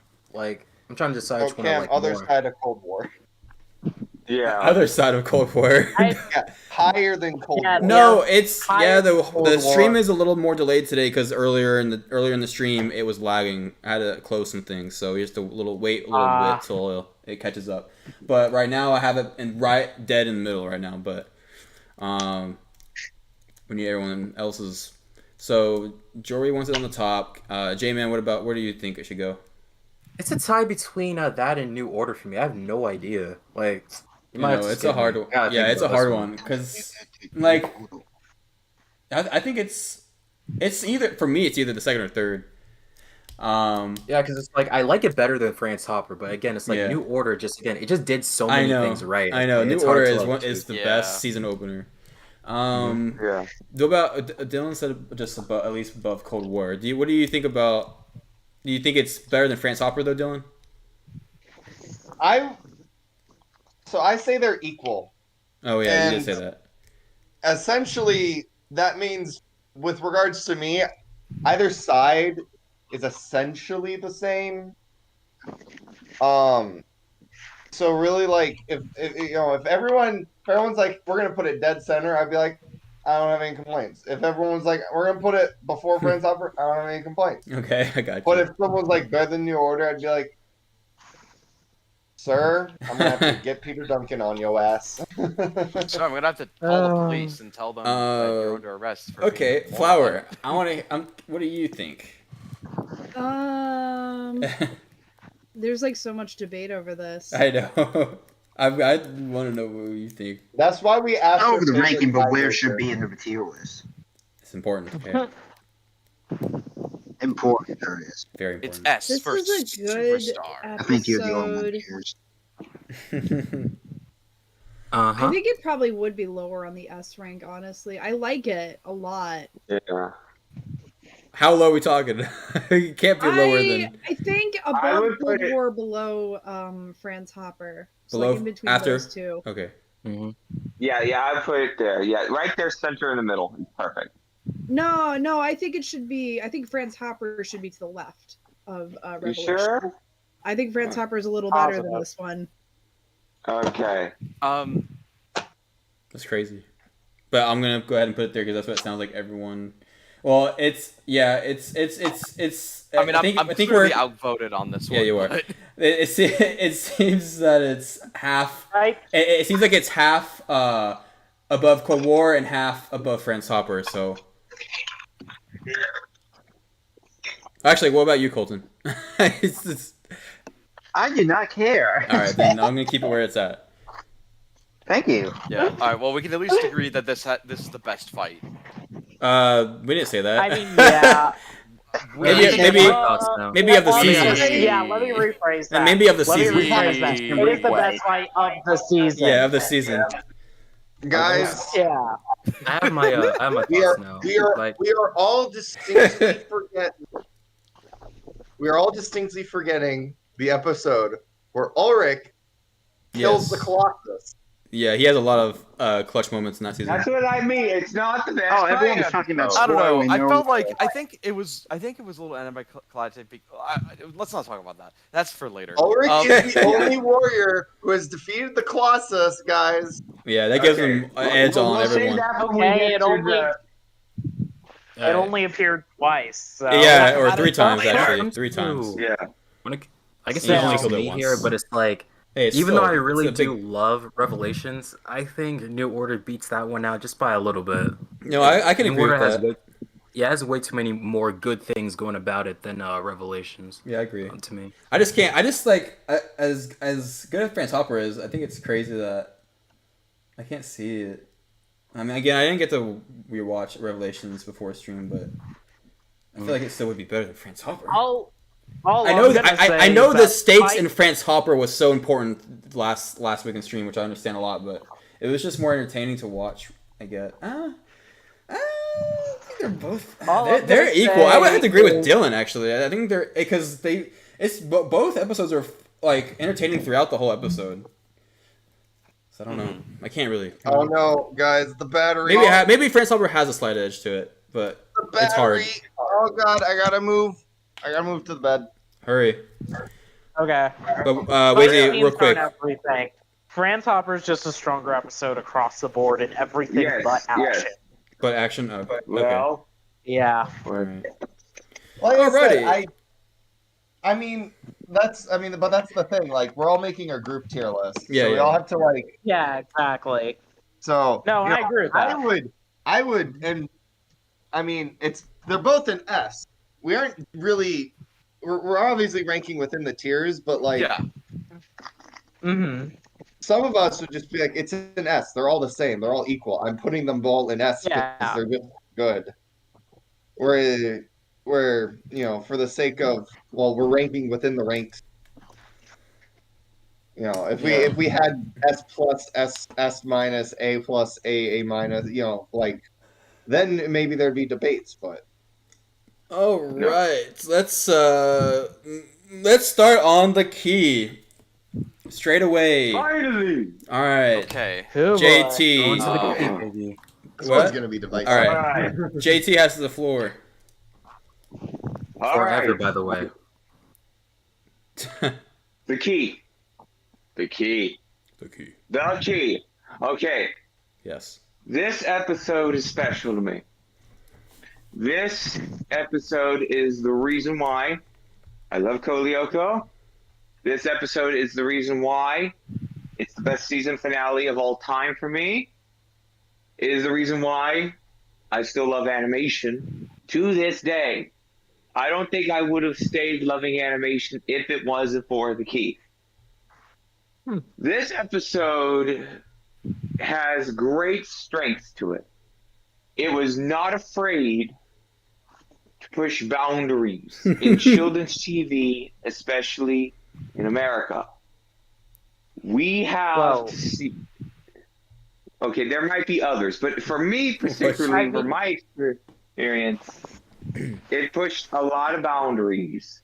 That even people, if you look at the comments for this episode on the Lyoko YouTube channel, they're surprised about how much was allowed to be shown, particularly on American TV. Ailita pulls the plug on herself. People have to realize like that is, even still, you look at the context of that, she S's herself. That's graphic. In this tactical context, it blows people's minds that they were allowed to get away with that. I mean, you couldn't get away with death on Nickelodeon, let alone for Cartoon Network to allow this, even though this is a foreign import. They allowed it and it was aired uncut. Sharon Mon's performance as Ailita is the best I ever experienced for the character in this episode, was here. Seriously, she brought in both emotions, being voice of Jeremy, but particularly mostly as Ailita. She has to deal with a big bombshell that she's Franz Hopper's daughter, and that basically, thirdly, Xana, that scene, the trap in Sector 5, people really have to understand. Xana put it best, like someone put it best in a comment that I saw. Xana was done playing games. Xana was done playing games. It was like, that's it. I'm done. No more. No more again. No, we're not doing this anymore. I caught you in my trap. You are stuck in my web of opacity. You are trapped in here. No one, Pat. No, he got her in a trap perfectly for the Schizozoa to come in. Xana knows Jeremy can devitalize her off Sector 5. He knows that. So, best way to get the Schizozoa was in this episode.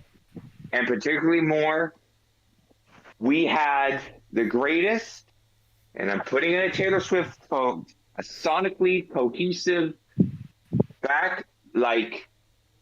flashback montage that still gets to me. We get a good fleshing out of Ailita's backstory. There's much more others, For me, after this, there was like a trend of flashback montages in different shows. Like Avatar: The Last Airbender, Go Alone, and then even going to Infinity Train with Kulup's backstory. It just seems like after The Key, there is a show or series that's hooked me with a good backstory. And they fleshed out Aelita's backstory, even though simplistically, perfectly, summarizing it all. And France Hopper revives his daughter.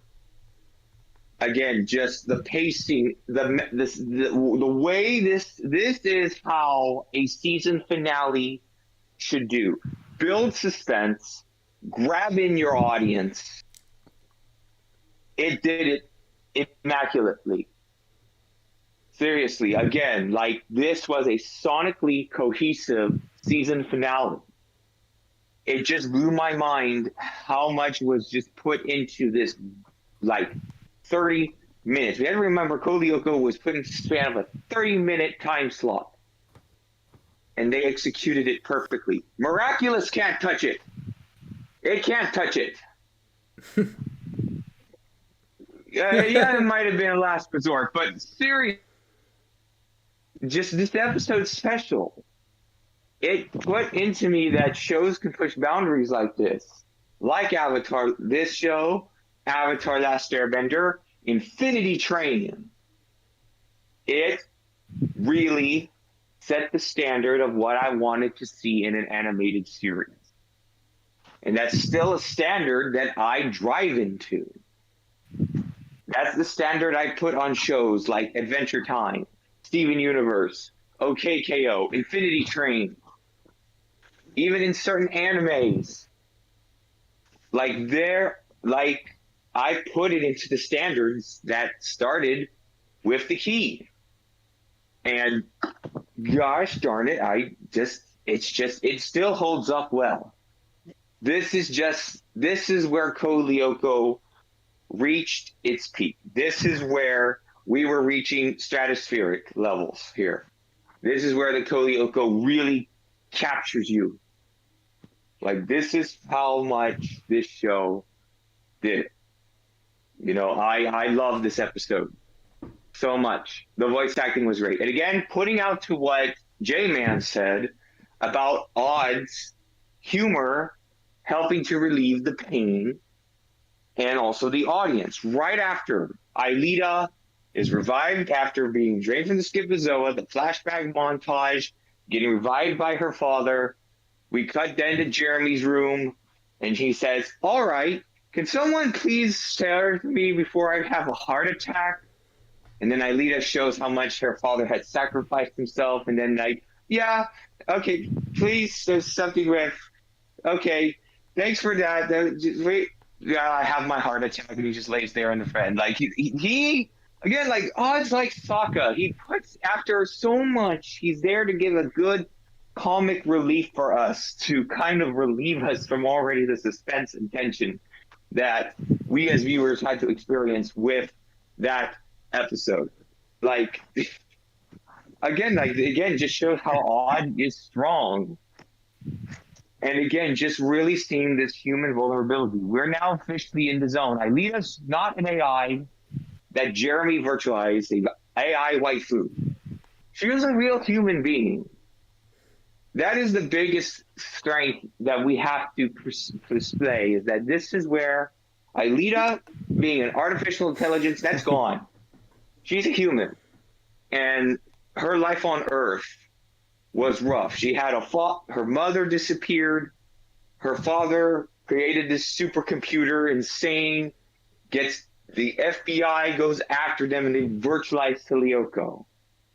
This is where, again, this episode, as well as also the self-titled Aelita, when we get to season 3, I'm going to have a lot to say about that. When we get to Distant Memory, I'm going to have a lot to say about that. It's season 4. Those are my 3 favorite top-tier Lyoko episodes. Those are my personal favorites. That is what, again, just, I don't know, there's something that the key just clicked for me. This is what I like, yes. This, as I've gotten older, this is like, yeah, I want animation to always reach to this level. And I do my best to try to find it. And somehow in shows going from Steven Universe all the way to Infinity Train and even online with like Tasman Hotel or Helma Boss or Meta Runner. Meta Runner definitely is Lyoko level quality. This show started my thing for Lyoko level quality, and it has its connections to the key. And I'm right now talking a lot. I am talking so much about this, but that is really why this episode, again, it just impacts me. I don't think I would be friending all of you, or I would be driving to doing Lyoko documentary and stuff if it wasn't for the key. That is how much I love this episode. And this is just the baseline. This is the awesome-tacular, the 10 out of 10 Anthony Fantano, the money store. Like, this is what an S tier season finale looks like. This is what the S tier. This is 100% S tier. And that's why I give it the rating of an S. And it defeats even Marabuta in that ranking for that S. Okay, I yield my time. Thank you. All right. That was good. I told you guys I got a lot to say about that episode. How do you feel? I feel great. I'm going to be jamming out to Taylor Swift's 1989 after this. For that hype. All right, awesome. All right, Joey, you're next. Okay. So, yeah. Sorry. That went on for a hot minute. I told you. I warned you guys. So what I'll say, for sure, is that like it's a damn good finale. It's a damn good one. Mm-hmm. There's no debating that. It's so solid in what it does and what it accomplishes.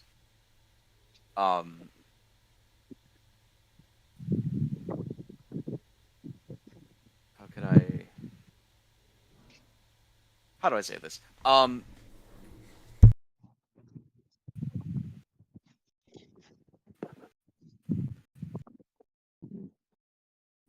Okay. I think I got the words for it. So it has a lot of emotions going for it. It has a lot of like honestly everything going. Yeah. To be honest. The biggest thing for sure was that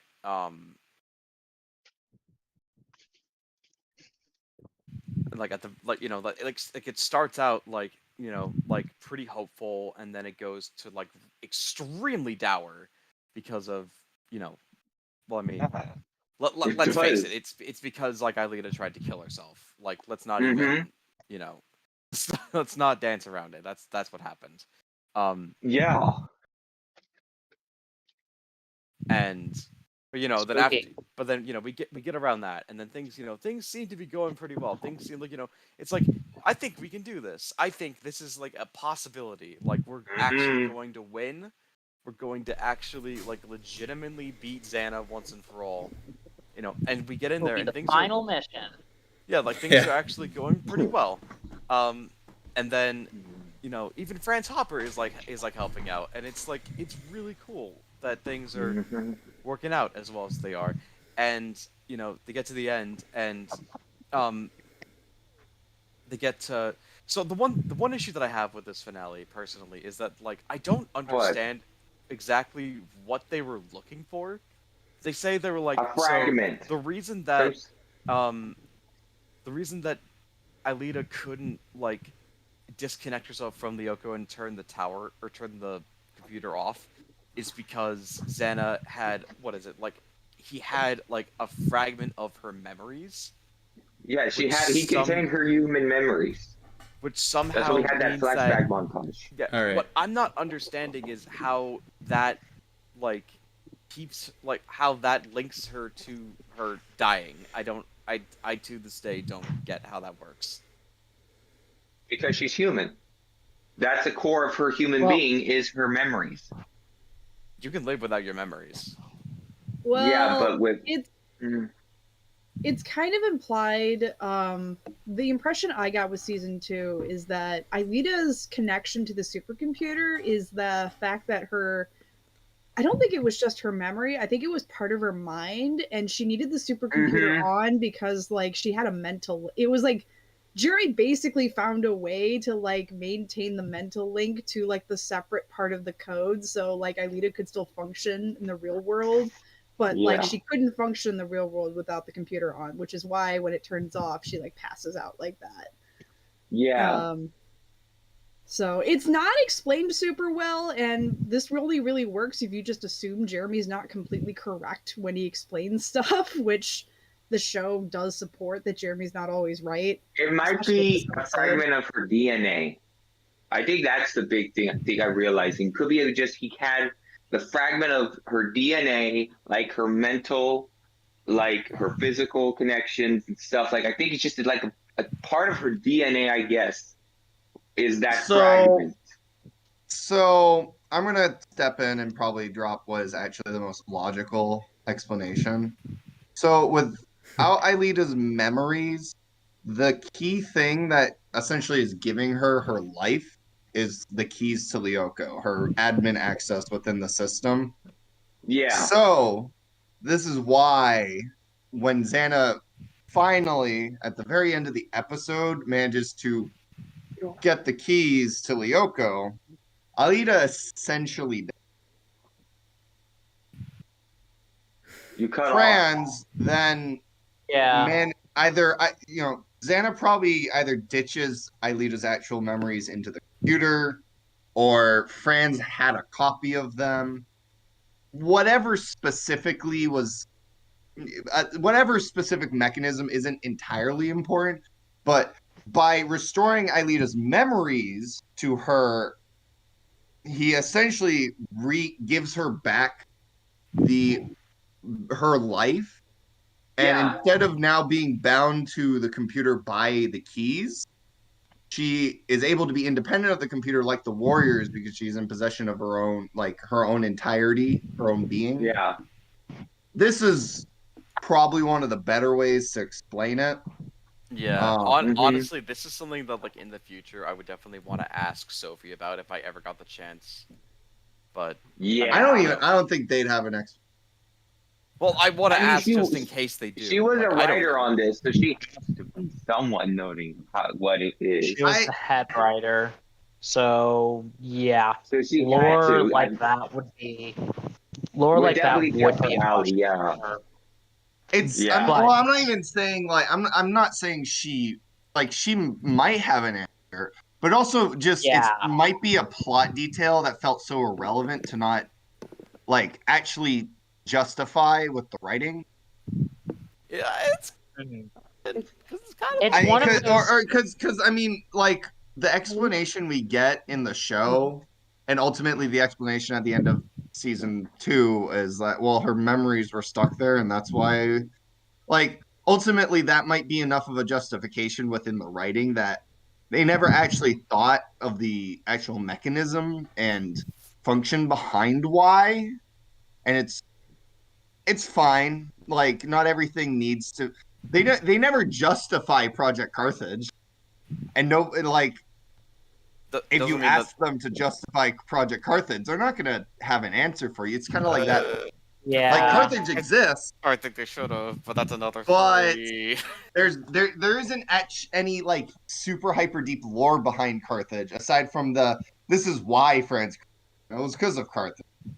We don't we don't get much of that, and it's fine. Like again, not everything needs to be completely justified. So this Aelita dies when the computer gets turned off thing is sort of just that. It's just a Carthage. Like Carthage doesn't have an explanation aside from the amount that it needs to work within the show. Aelita dying when the computer is off doesn't have an explanation beyond what it needs to work with the show. Yeah. It's dramatic. Mm-hmm. It also creates stakes. So like, Yeah. because if they could just turn the computer off, what's Xana's not a threat. Like No, that's the entire thing. like So I'm just saying I don't get it. I think it could have been better explained. Let's just move I And on. I mean, yeah, think but that's you can say fair. that about a lot of things in the show. I'm allowed to. I'm a writer. I'm allowed to critique things. I mean, Yeah, yeah. that's fair. True I'm point. just True point. like Huh? it's There's one of those. also the matter of time. Like you only have so much time in an episode, and there might just be other important details than like explaining the mechanism of what Yeah, exactly the Yeah, fragment is and yeah, why it ties it into Yeah. Lyoko and why exactly like she's able to be on Earth just fine so long as the supercomputer is on, but when it turns off, she like goes into a coma. it's It's a very technical detail, but it's not something the show had other priorities. yeah. Yes, Yeah. it and did. it's not like an intrinsically repeatable lore. Like if they actually spent time to explain life points and how damage works and set the pacing and stakes of like if they spent like 5 minutes of an episode explaining that stuff, it'd be pretty fine. But like spending 5 minutes explaining to us why Aelita dies when the computer gets turned off without it like it feels like a waste of screen time in a 23-minute episode because the application of it doesn't there's not much else you can do with that. There's Whereas if you lay out rules of the life point system on Lyoko, you're going to use that for 100 episodes of the show. Well, there's also the fact that if they actually iron out the rules in one episode, that means they have to hold themselves to it or they'll have Yeah, angry I fans. mean, I'm like, and yeah, Yeah. that's the other thing is if sometimes you want to leave stuff unwritten because then Yes. you don't have to live with like if they had gone and fleshed out Carthage beyond the picture and what of Fran's backstory we get and Fran's wanting revenge and everything, like if they wanted to go somewhere with it, that's great. But like if they never wanted to do anything with Carthage, which apparently they did, Sophie never wanted to do anything with Carthage. So, if they had defined a bunch of that stuff and then all of a sudden they needed to work beyond the definition they gave, well, now they have a problem of continuity. So sometimes it's just you leave it vague and you work with it, and that's kind of what they did here, Yeah, I and understand it's that's what okay. happened, but I mean, that's what happened, and it's fine that they did that. Yeah. But I'm allowed to critique it, and I think it's a fair critique. That's all I'm saying. Yeah, definitely. Um, that being said, this whole like finale was like extremely dramatic, and I loved every minute of it. Like leading Yes. up to it, like everyone like slowly falling, like them they're doing their best to Mm-hmm. climb their way out, doing everything they can Mm. to maybe find a solution, and they just can't. They Yeah. cannot. Like when Ulrich is like desperately jumping from manta to manta to get out, um, Mm-hmm. and and then there was that other part where what was it?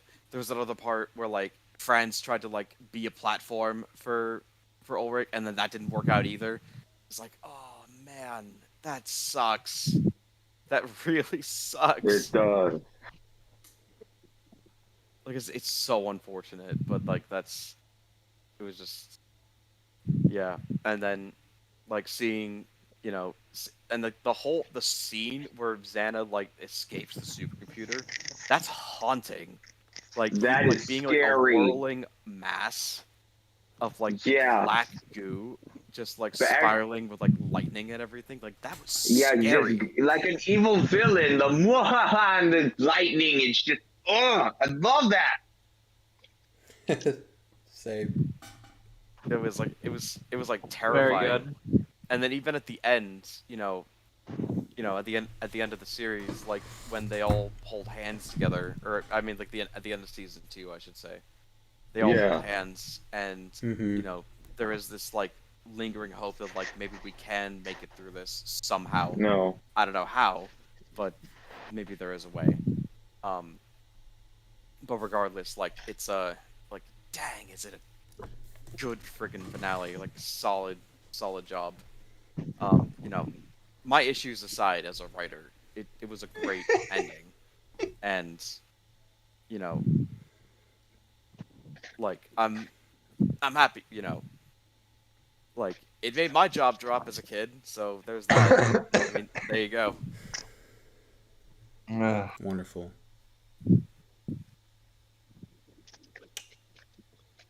Cam, are you gonna go or are we skipping to J-Man? Um. The main thing I wanted to say, because again, I need to like go skim through this whole episode, but the ending obviously is my favorite part of this episode. The whole build up though too. There's something about the ending is just so chilling, and the music that plays when Xana succeeded, which I think has already been played before this episode, but like it just I don't really realize it until this episode because of the scene. This is it's one of my favorite soundtracks of the series, and and I think it's like in every finale. It's in Hot Shower. It's in a lot of good episodes, and well, not Hot Shower, but the music that plays through Aelita dying and Xana winning and escaping. Obviously, like you said, with the whole like cool cloud tornado thing, in his groan, it was just very like chilling. Like, damn, Xana did it. He finally got what he wanted. He won. Yeah. He Like also won. like the camera panning to like all Yes. the towers being activated. Yes, That was yeah, Mhm. and the sound Damn. effect, and then the sound effect for that Yeah. too. Yes, exactly. Yeah. Like, oh, shit, I'm getting the chills right now. Yeah. I'm thinking about it. Like, it's such a powerful scene. Like, Xana's no like. Then they're all in like they're all very like the Warriors don't know what to do or say. Jeremy's voice when he like tells them what's happening, like Xana got what he has the wanted. keys to Lyoko, Yeah. Xana. Oh, I got the chills again, man. I got the Like chills he has again. like your Woo! fear.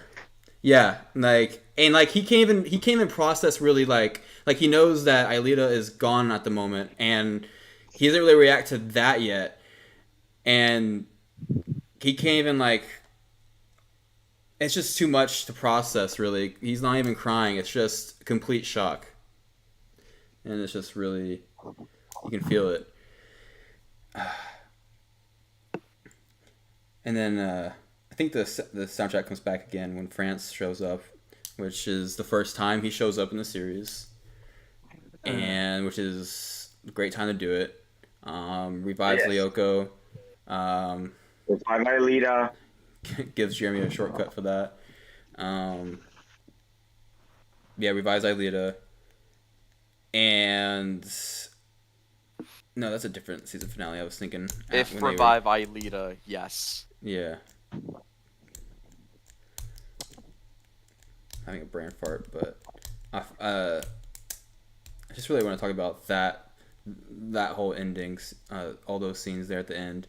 But I might come back to talk about more if it pops up in my head. But yeah, it's really one of the most intense scenes of the show. Definitely. I'll pass it to you, J-Man. Bet and pass. It's Yep. J-Man time, isn't it, huh? No, it's just bet and pass. No, man, it's like I'd recently like skimmed through to like refresh my memory on this episode, and it's like, wow, I don't even feel like making too many jokes right now because it's like this episode really just had me thinking, man. Like it was almost chilling to watch when it comes to looking at some of these scenes and stuff. And I guess I'll start with like the negatives first. I don't like the small beat plot of like the whole school dance thing. I mean, like, okay, the jokes when it comes to like Odd, like not being desired by too many girls because they know his reputation. That was funny. I just don't like that we're doing another thing of, hey, Ulrich sees Yumi with William, he automatically assumes that hey, they're gonna go to a dance, or hey, Yeah, they're that in was love or very something. Yeah. petty. Yeah. I'm Yeah, sick of, that was like, it's very at this petty. point where I'm sick and tired of seeing that. It's like they gotta change it up a Not bit. the last time. Because Yeah, again, it's like I feel like that's the only thing that kind of holds this episode back. If they needed like another B plot, I just wish they thought of something else than that. But when it comes yeah. to everything else, yo man, Aelita's attitude, like at the start of the series, like in the lunchroom, and when she went into the cafeteria, not in the cafeteria, the supercomputer room, it's really like Oof, chilling. I just got the chills thinking about it again. It's the third Yeah, time. man, it's like She knows now. when she went to the supercomputer room and she Oh, shut God. down the supercomputer, I'm like, oh, Yeah. she really decided to do suicide and stuff, and it's like that right there Yeah, was like a really that's powerful dark thing. for a kid show. But no, because like there's not like again like some of you mentioned Avatar: The Last Airbender. There's not because this was on Cartoon Network. There's not too many Mhm. shows that did stuff like that Well, back in the day. yeah, but That's the Avatar thing didn't that's be crazy. that way until book 2, and that was a Yeah, year before. yeah, and it's like That when was I a was year watching next. this episode, it's like I just started thinking about Aelita and her life and stuff like that. Like that's what this episode made me do because it's like Exactly. you You can feel bad understand. for her. All You can right. under. Let J-Man finish. Stop interrupting. Yeah, Yeah. you've Like, had your like spot. I Yeah. don't mind it too much as no, long as I'm like, it's sorry. I just no. feel Listen, so passionate about this episode. that's fine. That's fine. I just like commenting and agreeing is fine, or like having like yeah, I agree and like but Yeah. there was too many words there, so just but it's calm like down. Yeah. Chill a little bit. Aelita. What was I gonna say again? Oh yeah. I can understand, like, yo, anybody who like really takes like a deep thought as to like what Aelita's life has been up to this point, anybody would despise France Hopper over this. Like, I understand why she despised her father in the beginning. Like, he Yeah. is a Yep. psycho. He is Yep. on some weirdo shit. Yep. Because, like, look, I'm not saying a man can't be ambitious. If he wants to be ambitious, make a supercomputer, or, like, get into, like, that type of, like, technological work or some things like that. If he wants to be a scientist, things of that nature, I completely support that. It's the fact that he didn't think the cause and effect that this would have had on this family. If he was going to get involved, especially with that government agency and stuff like that, I don't think he put enough of a thought process into that. And once you saw in the beginning when he was making those video diaries of how, hey, you know, he and Aelita are gonna like, you know, be on Lyoko. Aelita's gonna hold the keys to Lyoko, and we're just gonna stay there. I was just thinking to myself, have you even put a single thought into whether or not if this is what Aelita wanted? You're not even gonna give her the No. choice to like live a normal life or to do what she wanted. It's Yeah. like it's because it's exactly what Aelita described in this episode. He essentially stole her life away from him. Can I also say? Oh wait, that, from like, her, excuse me. Sorry, I didn't mean to cut you off. No. What were you gonna say? I was gonna say that Sim, like sim, sim. I wrote this I write like little like I told you guys that I have like some OCs here and there. I wrote a little confrontation and this one quote like pretty much summarizes like how I feel about Franz Hopper as a character. Um, he played God, made the most dangerous weapon on the planet, probably the most dangerous weapon in existence, and left the keys in the fucking ignition. Yeah, That's honestly a good way of describing yeah. it. Huh. That's good. literally what happened, like word for Look, word. look, Mhm. not everyone, What? not everyone What? can fly an F-35, so leaving the keys in the ignition is perfectly fine. No. Oh my God. Anyway, it's like that's what I was saying, man. Because it's like it's cool and all that. Like they eventually got Aelita, like to come back into the real world and have a new life again. It's like because of this episode, I started thinking of all the different consequences France Hopper made on Aelita because he kept her A on Lyoko lot. that much. It's like she got bullied, in the school in the cafeteria by Sissy and stuff like that. It's like when she was presented with food. I forgot this episode this was, but I'm pretty sure it's one of the earlier ones of season 2. I think it was She New was literally- Order. No. It wasn't New episode Order. I after think New it was Order. after that or something. Yeah, it was Anyway. after, yes. But anyway, it's like, yo, when she was presented food in the cafeteria, she didn't know what anything was. Because again, she didn't get to live a normal life to really understand these things. Like, Yeah. all of this stuff that France Hopper did took a huge toll on Aelita's life. Yeah, And she it's had a like, huge he culture didn't. shock. Yeah, like Franz Hopper was just thinking of himself in that as at that point. So I completely understood why she despised his father. And in fact, I'm actually now that I'm actually seeing this episode, now I'm starting to despise him for that. And it's like, yeah, Yeah. man. Yeah, and it's like, and the fact that she felt so like, let's say, emotionally unstable over realizing all this to the point where she decided to just give up on herself by shutting down a supercomputer. I'm like, dude, I just felt horrible over that. I really I did feel horrible. know.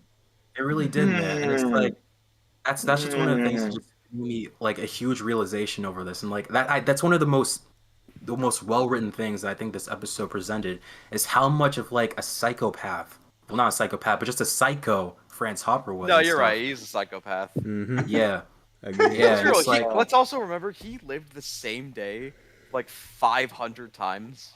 19 June 6, 1994, Waldo's version. yep, How long was it? exactly. How come I don't remember? It was over 2,700 days, as I recall. Jesus Christ. Yeah, man. Yeah, living the same day over and over again to God, perfect the supercomputer. Mhm. Fucked Exactly. up. It's like again, like I feel like he's a good like I don't want I don't want to call him an idiot, but it's like he had kind of good intentions. It's like he says he wanted to protect Aelita, which I'm pretty sure in his head he feels like he did, but it's like he didn't think have enough of a thought on like what the consequences was gonna be for Aelita, or it's like how like was she was gonna live on the planet if she ever got off of Lyoko and decided to go live on it Yeah. again. It's like he didn't put enough of a thought process into that, so it was kind of on a selfish point of view. But outside of that, it's like outside the whole Aelita business, for now that is, I honestly thought I wouldn't have too much to say about the fight scenes on Lyoko. I loved it. I was actually skimming through some of it. These are some of the coolest moves that the characters have done, like For in like a real. while. It's like odd against like both of those creepers and stuff like that. Yumi using like her gymnastics sort of things to like pull the creeper from up top and like into the ground Yeah. below and stuff like that. All of that was really cool, man. It's like both like all three of Ulrich, Odd, and Yumi were showcasing some of the coolest moves. And I feel like that again was really, really appropriate for an episode of this magnitude. And it was just really, really cool to see. And it's like, and the one thing that I saw, and this is one of the things that really makes Sector 5 cool, what got a huge thrill out of me was when Xana was like, well, making all of the platforms on Sector 5 like fall on the ground. It's like the sound effects of like everything dropping, like let's say building blocks, like it kind of felt that way. It was like building blocks being toppled over. Once what was it, Ulrich and Aelita were trying to get the fragment and stuff like that. I just love the thrill of them trying to like run away from falling down in Sector 5 and stuff. And the thing is, and I want to ask this as a question because I wasn't too clear on this. Did Xana know that Jeremy had this plan to take the fragment, or was the whole fragment thing like, let's say, a thing to fool Jeremy? Like, was that like? I think that was a trap. It was a Yeah, fake. yeah, That was, Yeah. Yeah, No. it was a fake. it was a fake. Yeah. But it's Yeah, I wasn't- very yeah. obvious it was a fake. Not. It was a piece of bait, and Jeremy. yeah, and everything. And Cam mentioned this earlier. One of the things that Code Lyoko does amazingly well, and that's why I say it's one of the best shows of the 2000s, is the music. Because again, once Yes. Xana took away Aelita's Mhm. memories and stuff like that, the music that was playing throughout the scenes when the camera was like viewing, it was like going in from sector to sector, showing all the activated towers turning into red and stuff like that. And you saw Xana's ghost like spiraling in the air above the factory and stuff. The music that was playing in those scenes was, and I'm gonna say it was perfect. It was so perfect because Xana won. He won. It's just such it's perfect like music choice. I just love the direction that they constructed with the music of this show, Uh-huh. and it just makes the scenes hit that much harder. It's like I just really love the music composers of this show so much, and after that, after Franz Hopper comes in, he saves Alita and stuff like that. The montages that occurred of showing more of Aelita's past and stuff like that. Because at first, and the one I want to point to the most is that there was like a still image that faded in and it was Aelita on her bike while she was surrounded like by like this beautiful park. And that's one of the things I love about art, because I'm an art major in college. I love this picture of Aelita in the bike on the road with all these trees in the park and like the shining sun, stuff like that. That image is so beautiful. And it's a perfect representation of what her life could have been if it wasn't for France Hopper. She could have had a normal, peaceful, wholesome childhood if it wasn't for France Hopper. And it's like, Yeah. again, I keep bringing this up because it's like this episode really like instilled the thought of what her life could have been if it wasn't for that man and stuff. And it really makes you understand why Alita can be like emotionally unstable at times and stuff like that, because no one can really understand her pain. It's impossible for anybody on that show to understand what she's really going through and stuff. And that's and with that being said, with what I just said, being said and stuff, that's what made the leading to the final scene perfect. It was so well done. It was so perfect with all of the group in Jeremy's room and stuff like that. And Aelita feeling as if like, hey, like, shutting down the supercomputer is not going to work anymore. And it's like the only thing we have to do left now is fight Xana. And even after all of that, because Aelita knew that she was completely unique from the rest of the Lyoko warriors, because as I said before, no one can understand her pain. No one can understand.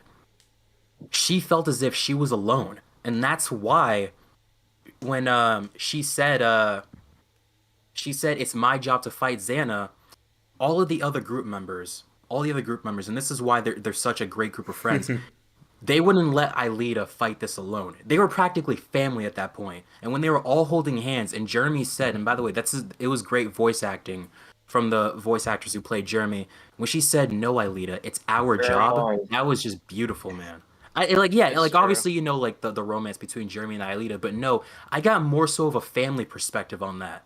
Like, they felt, it's like, of course, Jeremy and Aelita, like, you could see them as a couple.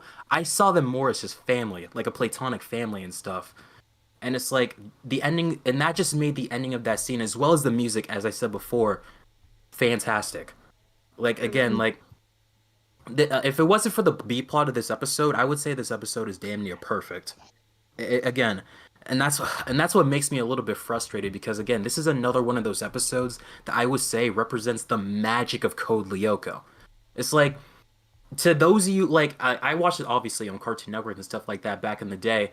I feel like this would be an episode. Yeah, I feel like this would be one of those episodes that you can show to a person who has absolutely no idea what Code Lyoko is. If you would show them one of these episodes, you would easily get them invested on the series. At least I believe that.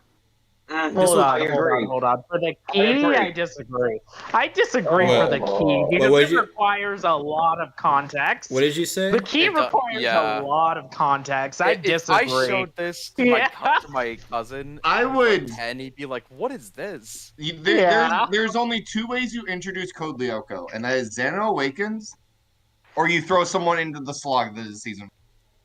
Or you throw them in the ghost channel. What would really you freak them the fuck sorry, out. I zoned out that part. What did you say, Jay? I said that, hey, if you wanted to show like a Code Lyoko to a person who has no idea what the show is, who's never watched it, this would be one of those episodes that you could, if you wanted to. I know. Okay, listen. To get them invested. No. Listen. I know why he's saying it though. But like. Get it, but no. Yeah, I get it, but yeah. Like, if you want them to understand, they might be hooked on like, oh, what is going on here? This sounds juicy. No, that's what I'm talking about. I know. I know. So like, I'm not speaking like, let's say, emotionally invested. I'm talking about this would be a type of episode that would get somebody interested. Like, and you want to know what happens here? You gotta watch the first. Yeah. This would be one of those episodes that was interesting. No, I'm with Wazy on. I very aggressively disagree. Either way. No, why don't you show the finale of the season? I know. I wouldn't. Talking over each other. I wouldn't. Sorry, go ahead. I wouldn't show them. I wouldn't have them watch the whole episode. Obviously, but like, if you want to show them like a random scene, like how, like, if they're like, I don't want to get into the show, show them a scene that would probably be like, okay, I want to know what happens here. But yeah, that's the only part. That's the only way I can agree with it. But I know what you mean. That's what I mean. I'm with Xana Awakens J-Man all the on way. that. Xana I'm with Awakens. J-Man on that. Like, no, I'm with Here's how to put it. If you show them a clip from the key, that's how you do it. Show them a clip from this episode and then get them to watch the entire series. That's I how am you genuinely work. curious. I am I don't agree genuinely with that. curious. What clip would you show from the key to someone who has never Alita's watched dying the scene. show? No. The key is With such a Xana having lore-dependent Zoa takes episode. off. That would be just dropping the Xana Alita dying. dying. I scene know. That's would funny be- as hell. Okay. Okay. The one with Showing- Either way, Zoa in Sector showing- 5. You show them that scene, they'll get hooked. I don't know. I would be confused. Yeah. Guys, I swear, honestly- guys, we can discuss this some Honestly, more time. honestly, it doesn't That's why matter. I Yeah. tried to We can go into this a different time. It wasn't. I don't think it was being for real. It was just that. You know. I know, but it's just one of those things where it's just like, no. No. Also because Yeah. J-Man has said this before with another episode. I remember him saying this before. I don't remember what episode, but it's just a thing. That's how great the episode is. Because he said that about another previous episode before. Like you would show if you said this is one of those episodes where I would show someone who hasn't watched Lyoko. So bad. Oh wait! It was Xana's kiss. Yeah. It was Xana's I kiss. Oh my god! I feel Yeah. See, I told you. I knew it. introduced the show with Yeah, this.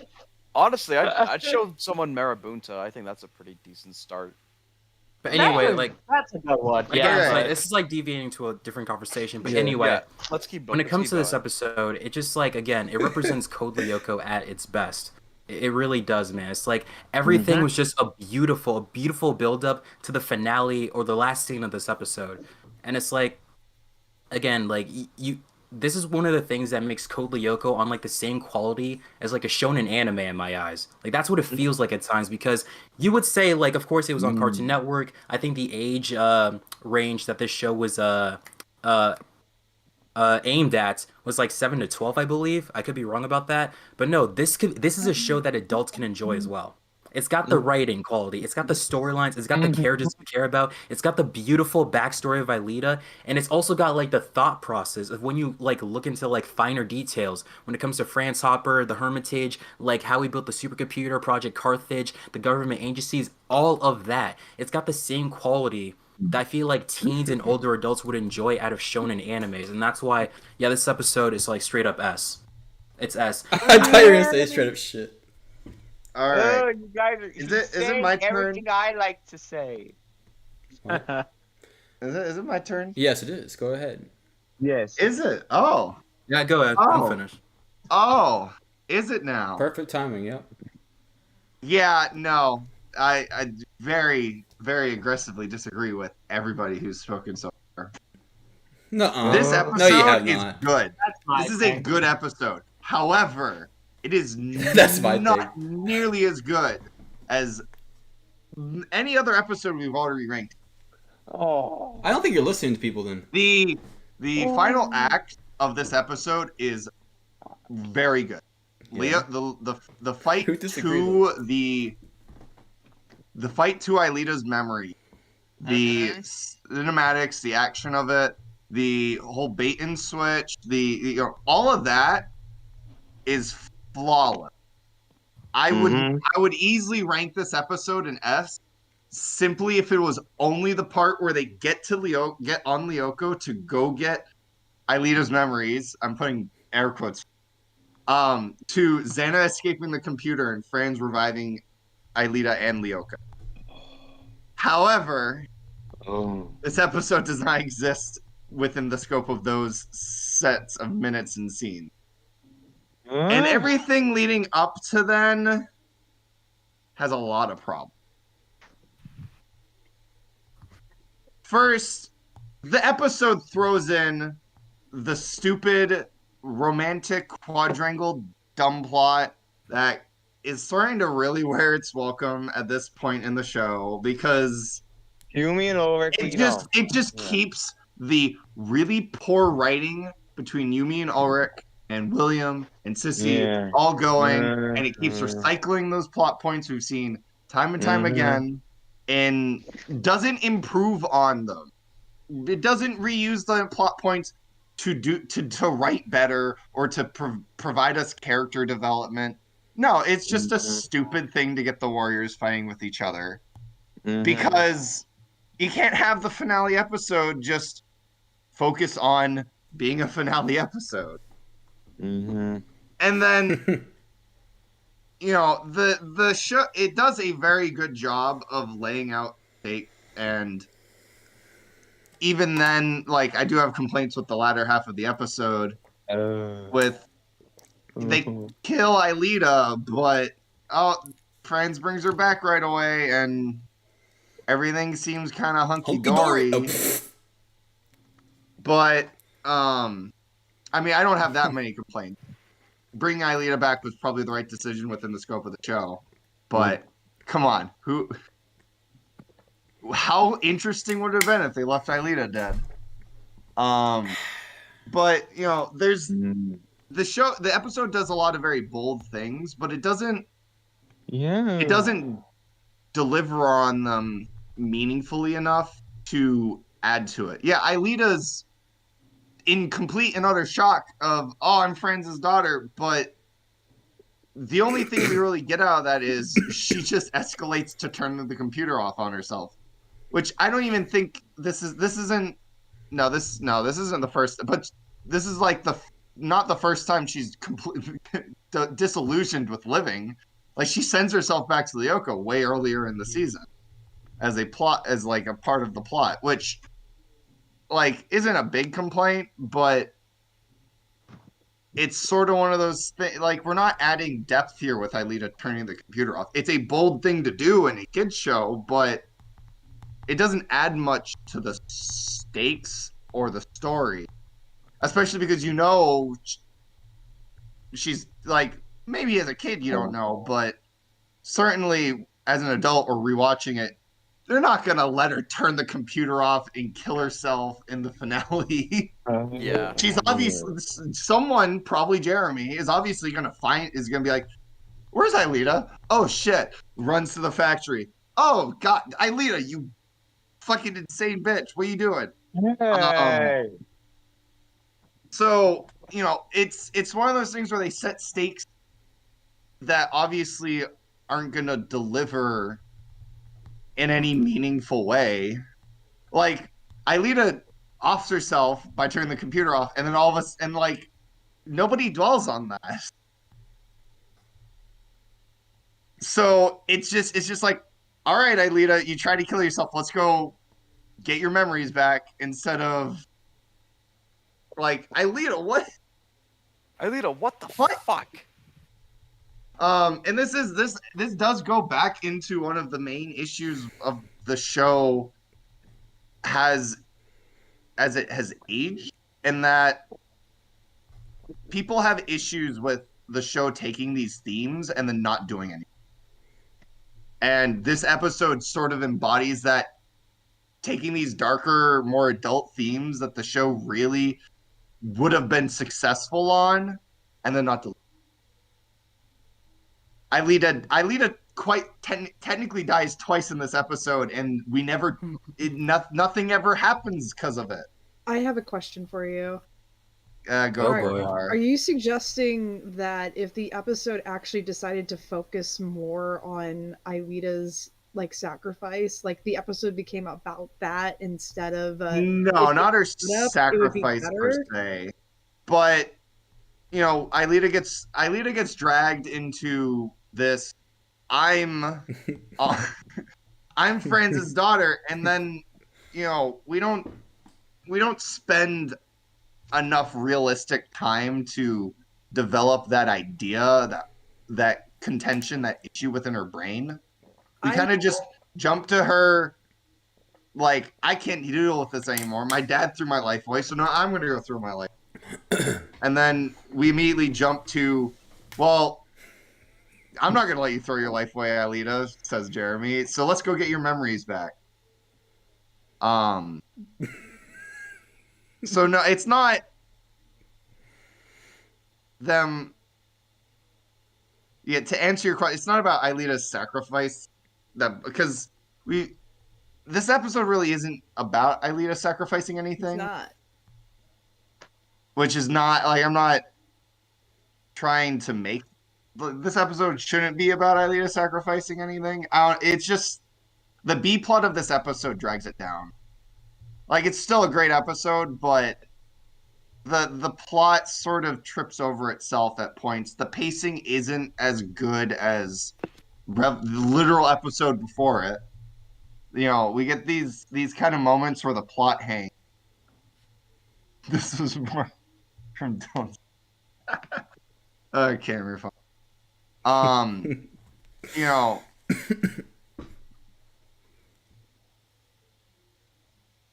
yeah, it's. I think the other problem is like I kept mulling over new things I wanted to discuss, and they all stacked, and now they're all lost in the back of my ADHD brain. So I'm like having trouble recalling all of them.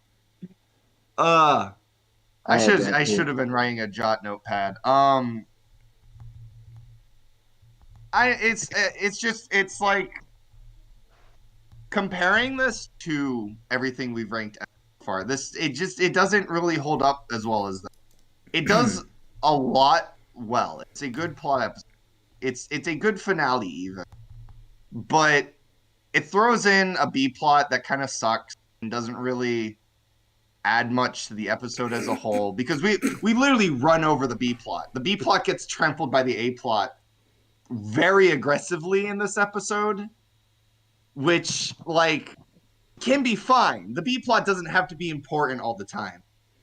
But they like introduce this B plot and then immediately just trample them. They set up a B plot and then don't use it. So yeah, I would still give this an S on a good day, but it's very much going to land itself Not a good day. at the very bottom of the S stack. You can go, Flower. I feel like you're gonna have some things to counter me right now. Honestly, God, I thought my review on Fran's Opera was controversial. That's Colton. All right, she's Okay. cracking her knuckles. So I had this plan in my head as everyone kept like praising this episode to be like, well, here's my hot take. I actually like the final round better. But then Dylan just like threw it into a trash fire and I was not expecting that. Flower, if you join me on the contrarian side, I'm not 100% there. I 'Cause will. I don't hate this episode as much as you do. Well, I don't hate this episode either. I just like I don't think it's the bee's knees is all. So I just This whole show is take not the the bee's knees. contrarian angle because everybody else is like, this is the bee's knees. Man, This episode was so Frank. bold, doing things that Avatar: The Last Airbender did before it. Yeah, I like the final round better. Part of me suspects that's because I like what I specifically want out of Code Lyoko is different from what most people want out of Code Lyoko. Because final round does a much better job of like doing the drama with all the characters, but this one has its moments too. I don't hate this episode. It is a very strong episode, for sure. Two, I was actually going to bring up the drama as well, and I do think it takes some points away, but I don't think it's as bad as Dylan's saying. At least Dylan thinks it is. I'm still giving it like an A+. Yeah, so. yeah. Because when I rewatched this episode at first, I'm like, they're doing this like the love triangle nonsense again, and it's also juxtaposed with Aelita's crisis. So you go from like Aelita having this like meltdown of being like my father stole my life from me. What if Xana like wins and takes the key? And then you swap back to like, yo, who's gonna go to the prom with me? Oh, I hope Ulrich asked me to the prom. What? You think I'm going with William? How dare you think like that? But for the B plot, I will give it this. It's much shorter. It's much shorter than it has to be. thankfully it's shorter than most B plots like this, where like in most cases it would like take over half the episode, but it's like less than half. It's like over before the halfway point, and it's just mostly there to establish, hey, it's near the end of the school year, which leads to set up for the next episode in season 3, where it's the start of the new year. And I do That's actually a appreciate, good point. yeah, I do very much appreciate the end of the triangle drama where Ulrich shows up at Yumi's house. Like, you have him sitting in his room sulking with like Sissy's present, and he goes to open it, and it's literally just like a cube with Sissy's pictures on it. It's creative. It I- is. And I he's will, just you know, I will agree that the shortness of the B plot does help the fact that it's probably doesn't need to be in this episode. well, no, because we get to the end where Ulrich knocks on Yumi's house and she opens it and she's just like, "Well, aren't you going to the dance with Sissy? Aren't you supposed to go with William?" And then they just kind of stare at each other knowingly, and then she's like, "Why are you here? I have to tell you something." And in that moment, Jeremy's phone call interrupts them, which is like, they almost confessed, but And I they legit didn't. wanted to like throw. Yeah, my TV but at if the they wall. confess, how are you gonna get William being a nosy bitch in season 3? I mean, you could just write William as an a-hole who's just like trying to break them up so he can. I mean, they do that anyways. I mean, exactly. This episode really leans into the problem with It does. how they deal with the love, the Yeah. romantic. Because they have these problems with Jeremy and Aelita too when they're writing their relationship. Like, Yeah, the it's show not as doesn't bad commit. because they don't have a love shape associated with them aside from just being a line segment. So like the purpose of their romantic relationship is just to cause tension between Jeremy being a little bit controlling and not so great at socializing in relationships because he's a fucking kid, and Aelita being the same thing. All right. But to continue my point, I'm not disagreeing that yes, this Lyoko does have that problem where it's like it wants all the teasing, but it doesn't want to commit to like a relationship. And if this was a show that was not afraid to commit to that, this would be a scene where Ulrich just straight up confesses. Honestly, but we don't probably get would have that. kissed her too. What? Probably would have kissed her too. Yeah, sure. Yep. That's well, maybe if Jerome and Sophie are successful, we'll get the rewrite of this episode that commits to it. But, Maybe. Maybe maybe. not. But yeah. But even then, barring that issue, it's still a really nice scene when Jeremy calls and says like, "Aren't you at the prom?" He's like, "Nah," and they're like, "Okay, time to do our mission." And then he looks at Yumi and they have this knowing smile. I appreciate that moment. Like a lot. Like, yes, yeah, I'm aware that the drama is kind of silly, and I will dock points from the episode for it, but it does have a lot of good moments too. I do like this resolution. I just hate how we had to get here. But yeah, and oh boy, the Aelita. I do have thoughts on the Aelita. Hold on, there's like 3 new messages. Oh, the Williams #1 defender from Momo. Okay. Let's see. Yeah, Aelita. Uh-oh.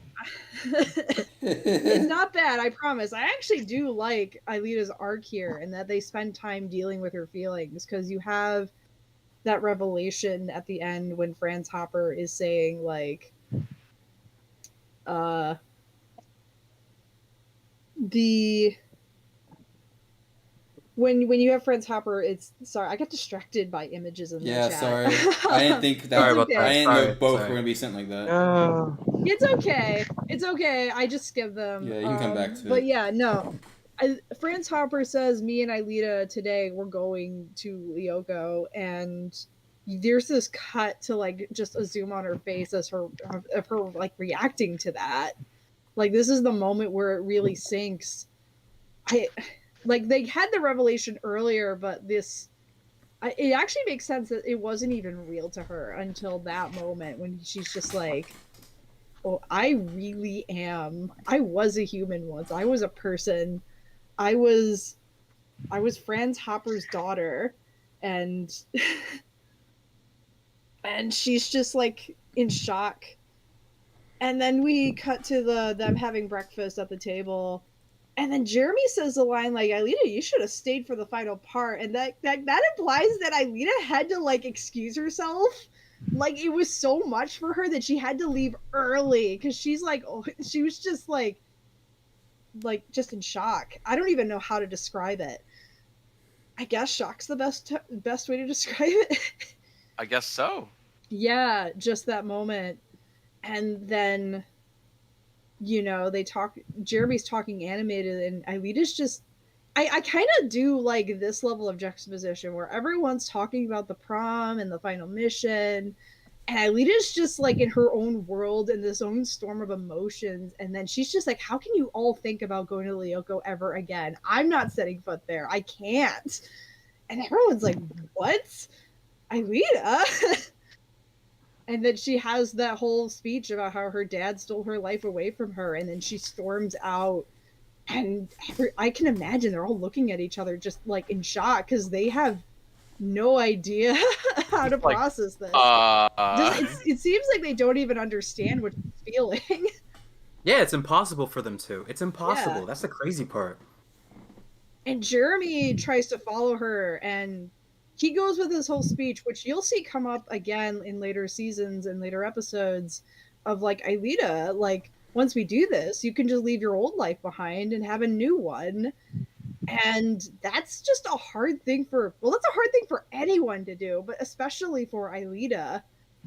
And in this moment where she's like, she's now starting to confront her past as like a stranger. It's got to be a weird situation to be in where she's confronting a past she does not fully remember, and she just is like, what if Xana gets me? What if he gets the keys in my memory? What if he takes over the world? We can't handle that. Like, I think she just has that moment of like, she's scared of like what Xana can do. I don't know. I feel like in that moment, her like the danger of what they're all doing and what they're all risking just becomes way more real for her than it normally is. And that's when she finally snaps and she goes off. Think you're right. Yeah, sorry to cut you off real quick. I just have to announce that I gotta leave right now. Oh, okay. So, like, depending Okay. on how long you guys are gonna stick around, I may come back. But if not, yeah, this was a great session, and I'll see you What's guys your later. rank? For this episode, what do you think? It's an S. I'm just kidding. Okay. But seriously, it is an S. Okay. Just Thank wanted you. to get that before you disappear. Yeah, thank you. Well, So long, Bye. Jeremy. I'm gonna be devirtualized now. See ya. All right, see you. All right, just writing that down. Yeah, but then Aelita has that moment and she goes in and she's just like, we can't risk the world anymore, not for me. Like, what even is her life? what even is real anymore? And so she does what she does.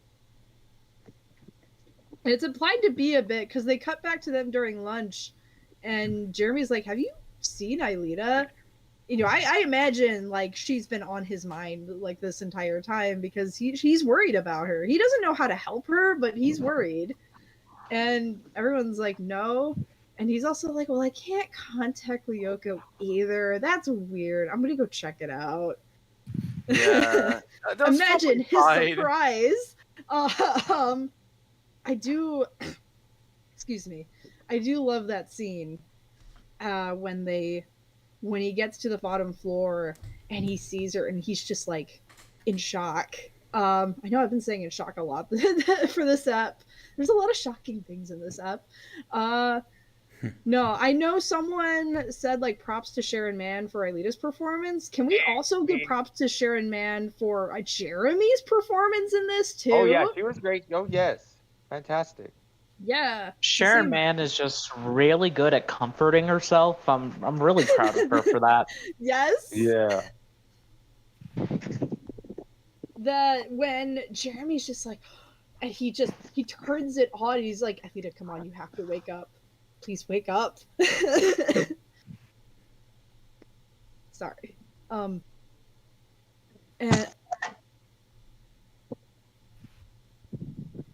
I'm still here. I just sorry. Sorry if it was me. I distracted you. No, I had to cough. I didn't want to do that. Okay. Like, when I'm not muted. So, The instant silence scared me. It's actually hit my laptop with the power cord. oh. Yes, the and Jeremy's like, "Why did you do that?" And Aelita's like, we had to stop Xana, and he's like, "We'll free you from the supercomputer, and then you can live a life, a brand new life." I have it. No, wait, I have it saved somewhere. What was? Yeah. Oh, such a good Sorry. line. And then you'll have your whole life in front of you, a brand new life. So good. Mhm. So good. Juxtapose like right after that with Odd being like, you should be getting ready, which is kind of why I still dock points for the just it's such a tone whiplash from like I get there you need to have levity, but like it is such a I guess because it's such a tight episode, but I'm still like you could have let it breathe for just like a moment. Just let him sit for like 1 second before jumping to Odd and like prepping for the prom, but oh wow. Yeah. That's fair. Yeah. Yeah, Final round is better. No, I'm kidding. I'm gonna say real quick. I can stand for about like 5 minutes, and then I gotta make food and then head off myself. Okay. Okay, see you around. Yeah, we might be on for a while yet. We have a lot to say about this episode, and we still have like 3 more people after me. Yeah, I'm just gonna. Yeah, I probably. You wanna drop off your rank before you leave? Yeah, I don't have yours. Yeah. Yet. I'll say it's a lower S. Alright. Like definitely Got it. like. S. I think it's a great episode. Mhm. I would Yes. not say it's like the best, but it hits really fucking hard, like emotionally. Yeah. I gotta give it props. You know, writers props where writers props are due. Yeah. Not a perfect episode, but like definitely when it's working, it hits hard. For real. Okay, But, see y'all around. Bye, Jory. All right, bye See you A1. around.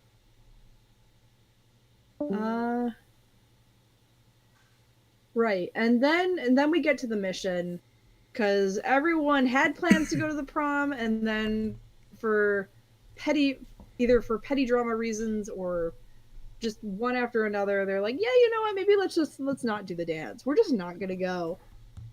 We're gonna do the mission instead. That's more fun. So they all go. They go to Sector 5. There's a lot of banter. It's a lot of fun. It's actually pretty fun just watching them like it's our final mission, even though they have said it's our final mission so many times now. I can't ever believe it. But yeah, it's very good. We get to the core. Sorry, not the core. The room with the What? Nothing. I cough and laugh at the same time. Sorry. It's okay. Right, and then they get to the fragment, and they think they have it, but that's when the platforms start to fall. You have Ulrich clings onto the platform, Yumi's clinging onto the platform, but then a manta strikes her and she's out, and then it's just Ulrich and Aelita. And then when everything looks lost, there's mantas show up and they have a glowing white aura. And Ulrich's just like, oh no, things have gotten worse. And then Jerry's like, oh no, things have gotten better. And they're like, huh? Because that's right, Franz Hopper is here to bail them out again. The man, the myth, the legend. He's the guy. Indeed. And the mantas fly. Alita's dropped off the platform. She approaches the bubble with a mini version of herself in it. And as she goes to grab it, I don't remember exactly what happens, which is weird because I watched this episode last night. But what she expected to happen doesn't happen. The fragment disappears. The Schifozoa shows up. Ulrich tries to help, but then the platform takes him out. The platform takes out the manta, and then he falls and gets devirtualized. He gets devirtualized somehow. I don't think I have it exactly right, but And then Aelita's getting her memory drained, and Jeremy is looking on in horror. Both Odd, Yumi, and Oric have been devirtualized too soon to go back. I think that question does come up to like get someone sent in immediately Yeah. in this episode. It's like They one of the few times. so this is one of the few times where Jeremy tells them to get back in the scanner. Basically says, "Get back in the scanners. You're going back in," because this is an evolution where they're like, "Oh, you can't go back in for 24 hours." I mean, I know I it's not a 12-hour. I don't imagine there's a 12-hour timer limit. There's There a Same. is sort no of time implied limit. It's definitely just a matter of not overtaxing yourself. Yeah, this probably would Yeah. have been an exception because like Aelita's about to die. And Yeah. the issue is that even if Jeremy did manage to get them like virtualized immediately again, it's in Sector 5. It's pretty deep into Sector Yeah, he 5. He couldn't would be have able to to send put him at the edge of yeah. the sector, type in the Scipio password, transport them, and they'd have to work their way all through Sector 5, all before Aelita loses her memory. And it's just like, it's such a shot in the dark. No, I like this just helplessness of like, they want to save her, but Jeremy's just watching that meter go down, and he's like, "Oh my, what are we gonna do?" And then the worst comes to pass. The Schifozoa finally, after so many attempts, succeeds in obtaining Aelita's memories and, by extension, the keys to Lyoko. Xana now has the means of escape. He darkens Lyoko with his essence, activates the towers, and just shoots into the sky, into the cloud of the mid 2000s, and he's gone. Aelita Aelita's eyes roll back and then close, and then she's just in the darkness on the platform, like basically dead. Maybe not actually dead, but and as the Warriors are at their lowest point in despair, Franz Hopper comes in once again and wraps her in a bubble, and we finally get probably an even bigger revelation than in the prior episode, where we find out part of Aelita's backstory of her time in the hut in the mountains. Not the hut, like the villa? I think that's what it is, or the chateau. Villa. Chateau or chalet would be the correct words you're looking Chalet. for. Okay. Eh. It's a dwelling in the mountains. We see your mom. We see the origin of Mr. Puck. Franz. We see your mom disappear. I think we do in this episode, unless I'm conflating. But then we cut to Aelita living in the Hermitage, and then I do appreciate the shift when we go from Aelita chilling in her room to the sepia, like now that she's suddenly animated, the men in black are here. We don't they don't have proper faces. I actually appreciate that detail, that it's like it's Aelita's memory and it's a little warped. She doesn't attribute faces to these men. They're just monsters to her. Mm-hmm. Yeah. And this, I think someone else said it before, but this version of "See you in a minute, Daddy" is probably the best version of the scene. Yes. I know it's rehashed later on, but and then after that intense flashback, Aelita comes back to life, and she gets rematerialized. She comes out of the scanner, she falls out. Jeremy like reaches down to pick her up, and then she's just like, Jeremy. And that's just how it ends. Such a chilling, and I still think final round is a little better. It's ending. This is technically the biggest victory Xana has because now he's attained freedom. Yeah. Oh wait, no. I forgot. How did I forget? One of the most iconic endings. They cut to them all in Jeremy's room talking, and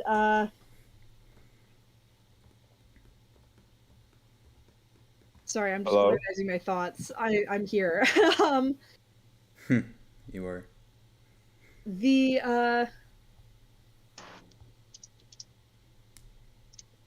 I like this scene. I'm just trying to figure out how to verbalize how I want it.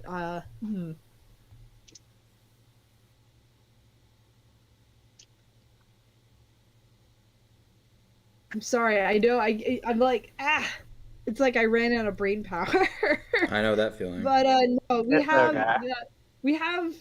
Okay, I do remember the scene now. Odd has that fun joke of like say something funny, or I'm going to die, and then Aelita is just like Santa just broke containment, and who knows where my father is?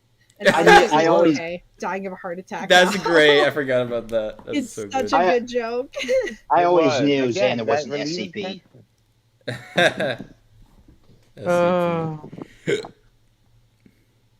He should be. And they all but in this moment of despair, Jeremy's like, we're not going to give up on the fight. Xana is strong, but he's not invincible. We'll find a way to beat him. We'll keep fighting. And then Aelita's like, well, that's right, because fighting Xana is my job. And she kind of says it almost like that's her new purpose in life. Her purpose in life is to fight Xana. Like that's how she thinks of herself. It's kind of sad. We know that's going to change later on in the show, but in that moment where she's just like condemning herself to like war basically, but the others turn to face her with knowing looks, and they all grab hands, and then Jeremy's like, no, Aelita, fighting Xana is our job. She takes the hands, and it's top 10 moments in Lyoko. Yeah. Very, very iconic scene. I almost picked that scene for the thumbnail for this episode, but I thought the fragment was a little more relevant. Also, Yeah. I was thinking we needed more Lyoko thumbnails. But yeah, this is objectively Xana's biggest victory because he's now attained freedom. So far. So I argue final round feels way worse. It is. It feels worse. Well, also because they lost a person, but like yeah, almost another. Yeah, this episode's very good. It's just it's got a couple issues. Again, like we mentioned before, the love triangle's kind of silly. Yeah. I do like the mini resolution with Ulrich and Yumi, but the show doesn't commit Oh my God. to it. But then Wow. we have some fun Lyoko scenes. We have the big dramatic Xana wins, and then also the dramatic Franz Hopper saves the day. Oh yeah, before I continue, there is a fun theory I've had with this episode is that Franz Hopper actually I like to think that Franz Hopper struck a deal with Xana to be like, we're both stuck in this bubble, and I want to be able to save Aelita and free her from this mess too. So they agreed to stage this like fake fragment trap, and Franz Hopper would help to like save her to like so Xana could get the keys to Lyoko so Xana could escape, and then he'd also like agree to leave Franz could escape, and then he'd leave Franz and Aelita alone, and then then after Xana left, Franz Hopper gave Aelita the key, like her memory back, so Aelita could like no longer be tied to the supercomputer, so everyone gets freedom. Is it a great deal? It's very objectively questionable, but as we discussed before, Franz Hopper, not always the best person. Yeah. What? But Nah, he's a that's just- terrific guy. Father of the year. That's just a theory, a Lyoko theory. Thanks for watching. But yeah, overall, it's a good episode. I'm thinking like S minus. Sorry, JT. I know you like this is your episode that made you love animation, and I appreciate that. Like to you, this will always be S plus plus plus, but for me, it's like a lower S tier. Well, at least all of them so far are somewhere in the S. So. At least it's S. At least everyone's gonna get. Didn't I S. say A plus? Oh, yeah, I did sorry. also say S minus, but I also said A plus. Wait. No, I give it S. Yeah, no. Wait, what was your rank, Dylan? A plus. Okay. Yeah, that's well. No, I knew that. That's why I said rip S the double key. minus. That's why I A said double plus. Yeah, that's why I said rip the key. That's gonna mess up the. Well, It's just a still little gonna bit. end up. Yeah, in it's still S yeah, tier. yeah. It's gonna Well, probably we'll be at see. the bottom. But yeah, I spoke a lot. There's just a lot to talk about this episode because there's so much that happens. But I think my voice is getting even more sore than normal, so I'm gonna pass the baton to Momo. Hi. So something that I don't know if it's been talked about because there's been a lot of discussions and a lot of things have been rehashed, resaid, and everything. But something that I thought was very interesting is in the beginning of the episode, we see them watching Franz Hopper's diary, his video logs. Oh yeah.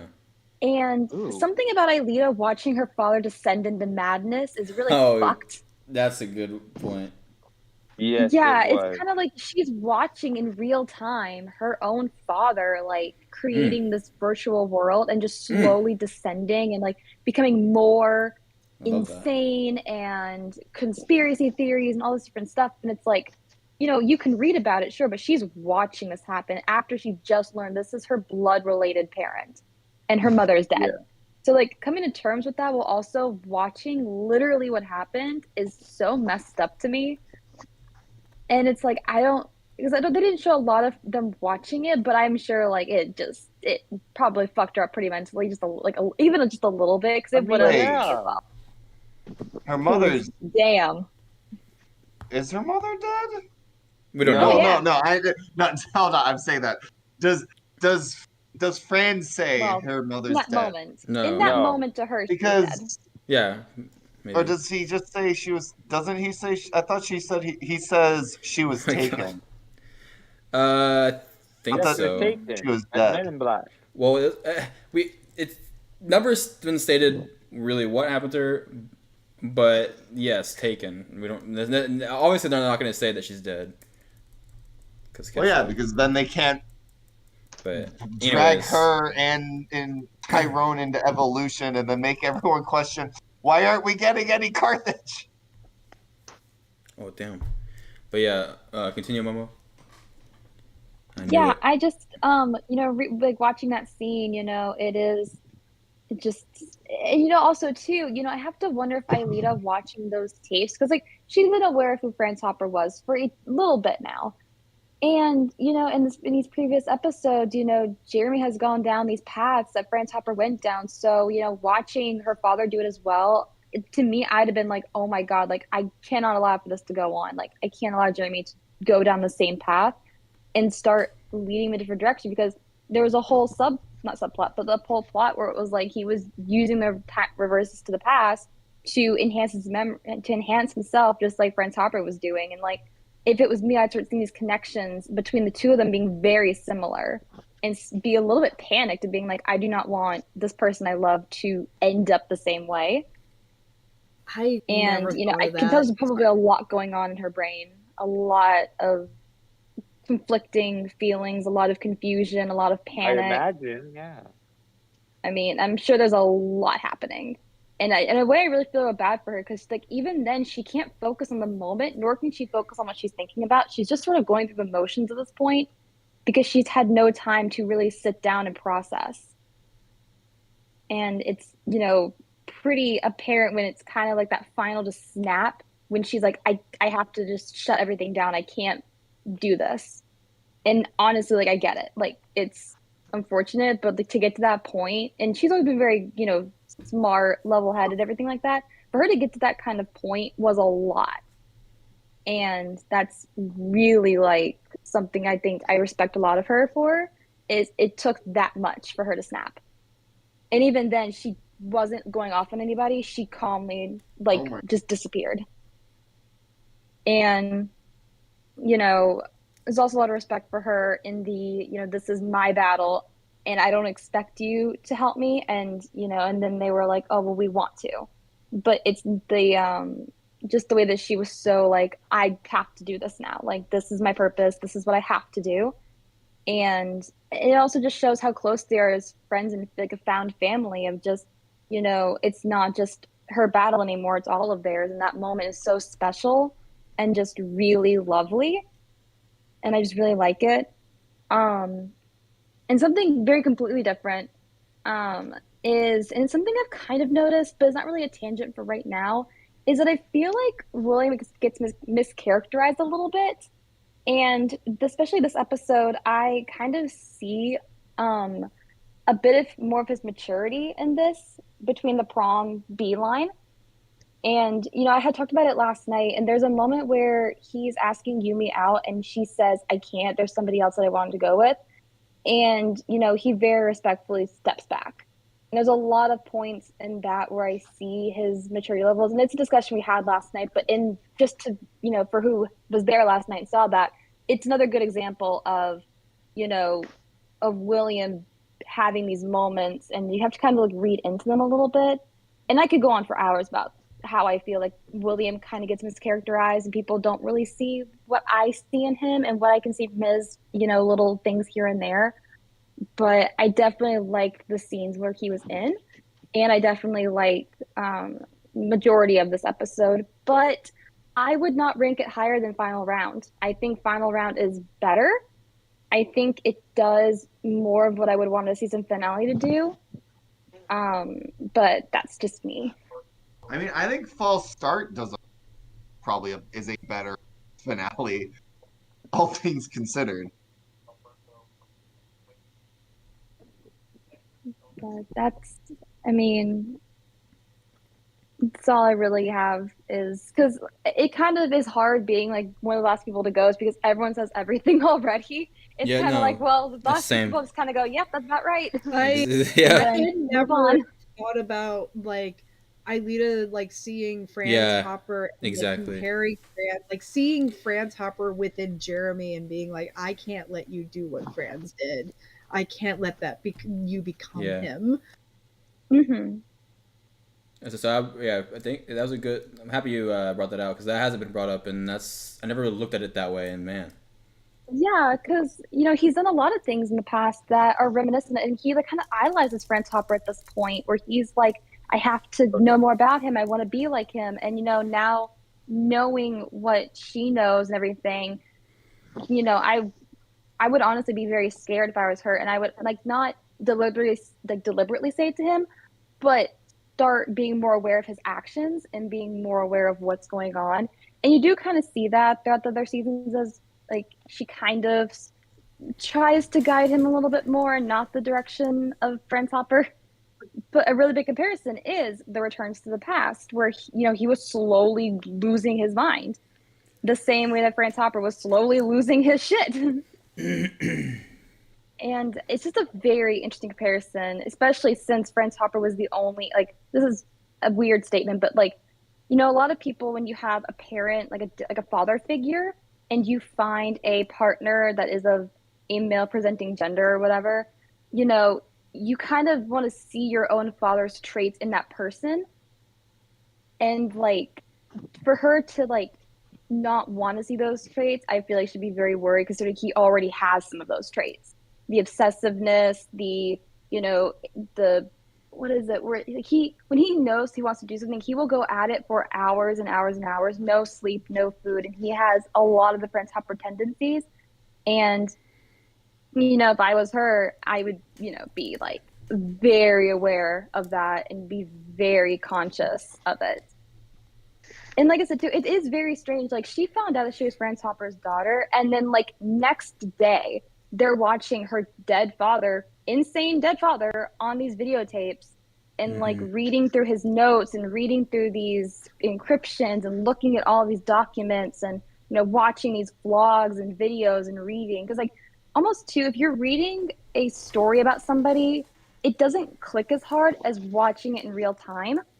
So I can only imagine just sitting in the supercomputer, just watching this videotape of him and all of his video logs, just, looking at this happen and being like, this is my father. Like, this is my blood relation. Like, he did this to me, you know? So it's just a very interesting thing that I'm surprised that nobody like talks about and nobody brought up, because it's just very, very interesting. And the fact that she still has some love for her father also just is yeah, a very interesting thing, where she still is so angry at him for what he's done, but still loves him because she's it's the only relative that she has, her only connection to her past. Yeah. It's 'cause of an obsession with finding him. And I don't know if maybe in a way to find him, she just wants answers rather than a father figure. She wants him to be back, maybe just to say, why did you do what you did? Rather than I want you to be in my life again. Because I don't know if she would have a relationship with him had he come back to real life. That's a good question. But yeah, I don't know. It's just something I thought about a little bit during That's this. that is actually that relates to something I had planned to bring up and then I just forgot to when it came to Alita reacting to her father. Is that it's interesting when you have the entire show, like when you're reflecting on the entire show, like in this moment, her opinion of her father is very different from her opinion like in later episodes when she's like, no, I love him, I want to be with him again, versus this take of like Alita who basically views him as a stranger, just being like, yo, you're insane actually, like you you're Hmm. crazy. What's You're like that a line that mad she says? magician. Yeah, there you go. There's the line. There was something. What was it? Like a third-rate magician, Yeah. I think. Yep. I know that line somewhat well enough. It is very interesting that she flips like opinions when she gets her memories back. Yeah, and it does take some time, but a piece of me wonders if subconsciously she just wants to know why, and not so much to have him back in her life as much, just to answer the questions of why would you do what you did? Like, what was the reason, you know? Well, distant memory does kind of conflict with that because we see Aelita's like true feelings about her father in that episode. She's like ecstatic to have her father back. Aelita and her and Hopper's relationship is complicated Yeah. on multiple levels. Yep. This is like the first time we get to explore some of it because this is the first time Aelita's realizing and processing like this man who created the supercomputer and all of Lyoko, that's her father.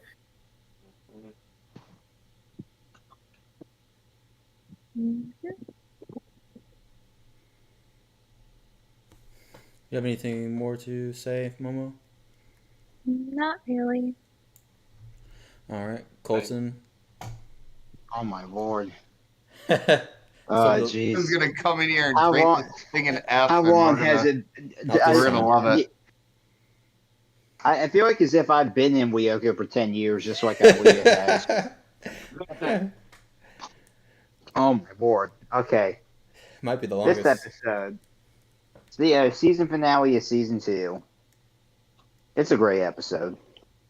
It starts off great because we get a video because France Hopper, the guy, we see his video diary, and somehow this guy had like a webcam. Oh no, sorry, he wouldn't. No, probably not a webcam, but like maybe just a straight up video camera in 1994.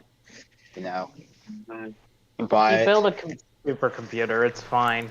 I was gonna be like, is this a webcam? But like, it's a video camera recording or whatever. A Sony handheld. So it's fun seeing him first of all, and knowing how crazy he is. So he explains a whole bunch of stuff, which like in better detail than we hear about in France Hopper in that episode. So then we find out Xander wants Alia's memories because he can escape the supercomputer and then eventually just get rid of every person in the world. So we just need to go and get a fragment. It's in Sector 5. It's our final mission of sorts.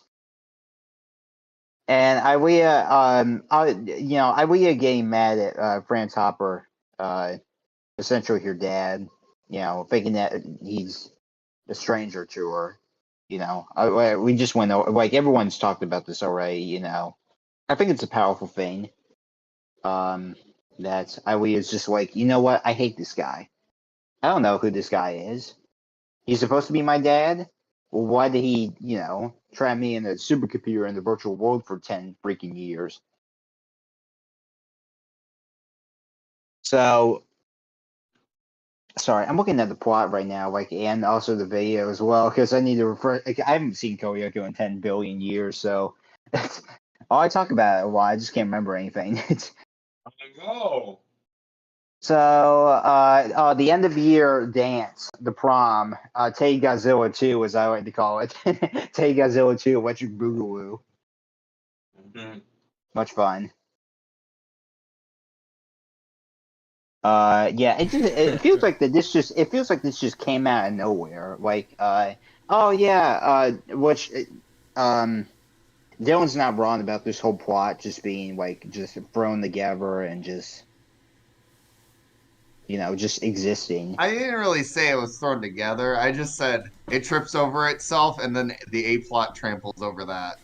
Well, it feels well. Well, I do wonder if well, if he got rid of all of this, then would it matter in the episode at all? Maybe not. I mean it like it I don't think there's I think the episode needs a B plot. I Right. think like they needed to spend just a little more time with it. Well, And they needed You're like, to not oh, crap, we're- juxtapose it with Aelita killing herself. and people thinking that they were rushing at the end of the series. Well, they've been rushing forever, Wow. I guess. If I even need to. So, Ulrich eventually wants to go tell Yumi her feelings, but of course, Jeremy, being the cock blocker he is just like, no, help me. We need to help Ilea. We ain't got time for that. And then everyone gets mad, and we all be like, oh, great. Now we got to sit through with. I mean, we're only halfway through the series, so obviously they probably weren't going to pull the trigger yet. But, So, wait, did I skip over the part? Have I skipped over the part where Ilea, No, no, I did. Well, yeah, I think I did. It's like in between here, where Ilea basically shuts off the computer, doesn't understand what's going on. How long does it take for Jeremy to find Ilea? Like, not that long, right? It actually sounds like it does. No, but also yes. I Like they're in class 15 and to 30 minutes top. it's a pretty long time. Well, how does she survive if 'Cause her it's- brain doesn't have oxygen or Because whatever? plot and Okay, it doesn't have to It's matter. cool, It's totally Ilea. okay. It's not real. yeah, it's called Lyoko. Sci-fi magic.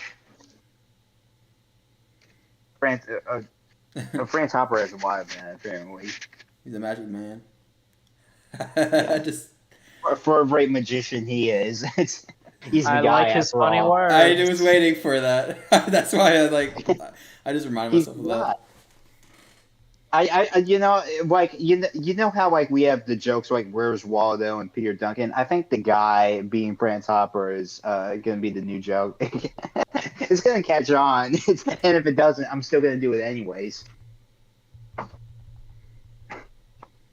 My brother came in here and just just slammed the door shut on me. He's just like, "Shut up." Anyways, so they all go to Lyoko. They all did the Lyoko thing. They all just try and stop Xana and whatnot, as usual. Eventually, Xana, at this point, Xana has just, like, I don't know what he does here. Like, he brings, like, the whole Sector 5 down on top of him. Like, I think he's finally said, all right, enough is enough. I'm just going to bring my whole world crashing down. My home crashing down. I don't need it anymore.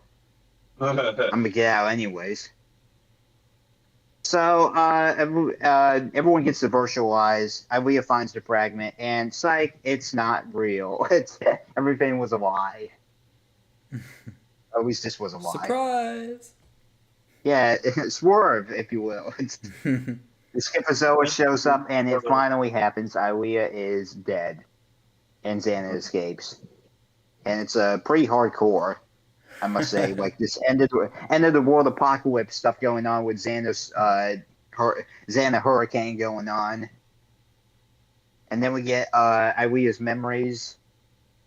And then we find out that, yeah, she has a mom who has pink hair that they've been keeping a secret from us. Oh, yeah, I should mention that growing up watching this series, I only saw like random episodes. I don't know what episode I started watching the series with, but I just saw random episodes. So like really like plot stuff, it kind of just flew over my head.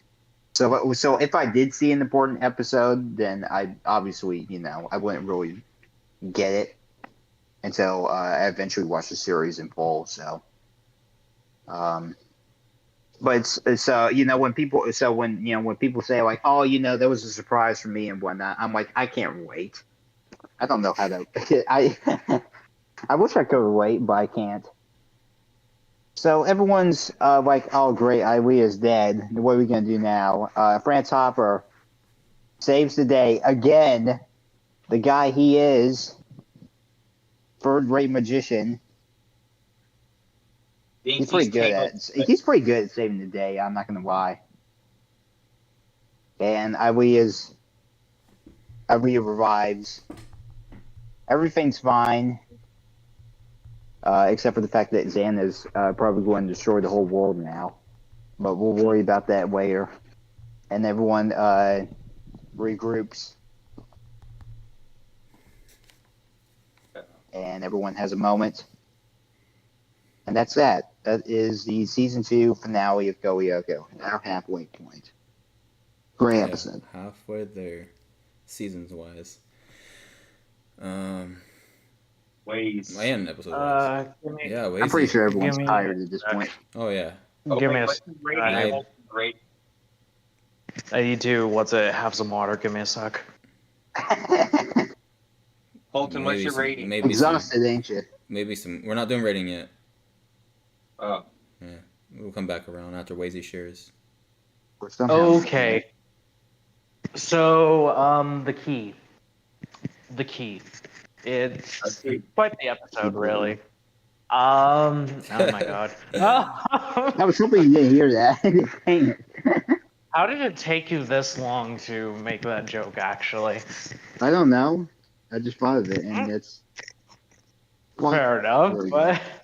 but I thought Kingdom Hearts was 90% of the brain. Sorry, anyway. Maybe 80. Maybe 80-20. Fair enough. So that 10% was needed to make that joke, and I understand. Yes, so. Okay, but no. What's it? In regards to the key, honestly, everybody's made a lot of excellent points about this episode, both in favor and against it. So what I really want to talk about in regards to this episode is that it's probably... No, I think it's the finale in this episode. Sorry. It's the finale out of all of the 4 seasons of the show that does the best job of kind of tying everything that the entire season has been building up to, like, really, really well. And what's it? There are 2 major points that 2 or 3, we'll see how it goes. 2 major points that I want to bring up in regards to that. The first being, what's it? Of course, everything to do with Aelita and her humanity and the mystery of Franz Hopper. The episode prior, we just got the revelation that Franz Hopper is Aelita's father. That's crazy, and we watch Aelita react to that and the fallout of everything that is going on with that. From the beginning of the season, she has been dealing with struggling to find her place in this world, in this what she believes to be a brand new world for her. Her learning to understand these humans that she wasn't quite like but wanted to be a part of. And now she's finding out that no, this was always her world and that had been taken from her. And she has to deal from an emotional standpoint. We get everything that we've been building up to with Franz Hopper and that not only we understood that he was the creator of the supercomputer, but again, Aelita's dad. Aelita has a negative reaction to because Franz Hopper essentially did steal her life from her. Now, I think that it's more complicated than that. Not everything is his fault, but at the end of the day, he really is responsible for that. Because if Jeremy had never found the supercomputer, then she simply would still be trapped in there. It still would have been everything. She doesn't know how to feel about her father. And Franz Hopper, it seems that all of these mysteries have been revealed. And the episode itself also comes around with that in the fact that Franz Hopper still very much loved Aelita and was willing to bring her back to life because he cared so much about her. I think that really ties together a lot everything that has been going on in regards to Franz Hopper, this mystery, his relation to Aelita, everything, especially when prior we had the lie in the episode Franz Hopper that actually no, I created Aelita as a program. No, you are his daughter, and he cares so much about you. He wishes. Well, okay, we don't know much about his thoughts, but he cares. He cares. Yes. Okay, Flower made it very clear earlier that Franz only revived Aelita because he could get out of the supercomputer. So obviously you're We lying. don't. That's a theory. A game I theory. just wanted to crack a joke. Yeah. Okay, but oh no, what's it? Yeah, it's like the emotional core of this season comes together through this, and especially we understand more of the backstory when Aelita's memories come together because we were wondering who exactly Franz Hopper was through this season.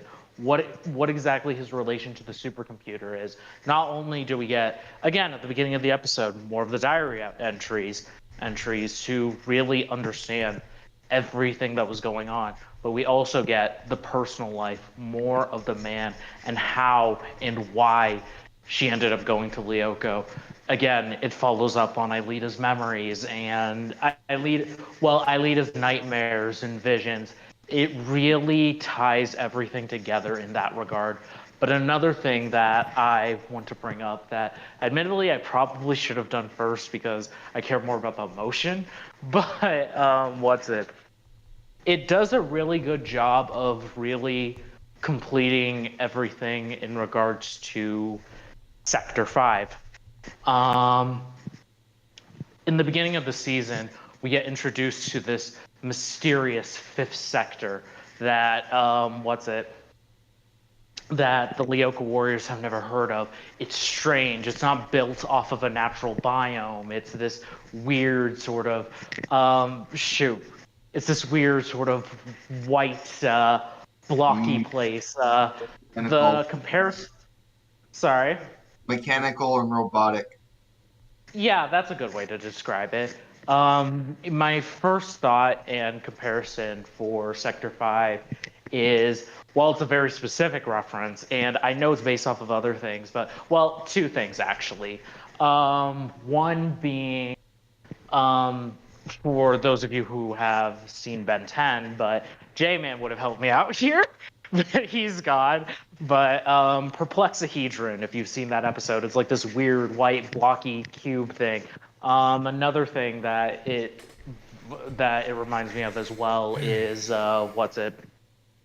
interestingly enough, this British game show called The Cube, which essentially takes place in this cube. And yeah, it's just Sector 5 is weird. It's cool, but it's weird. It's cool, but we've been introduced to this mysterious fifth sector, and in the beginning of the season, we were beginning to explore it, beginning to understand its mysteries.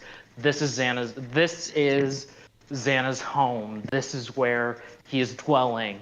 This is where there is all sorts of information for Lyoko and its secrets right here in this sector that we could have never found before.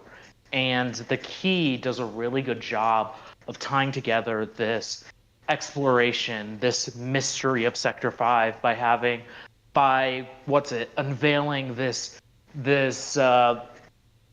room underneath Sector 5 where Alita's memories are holding. Again, it builds into the trap as well because well, at least from a narrative perspective for the viewer and for the Lyoko Warriors a little bit. But because everything Sector 5 has been the big thing, has been one of the big things of season 2.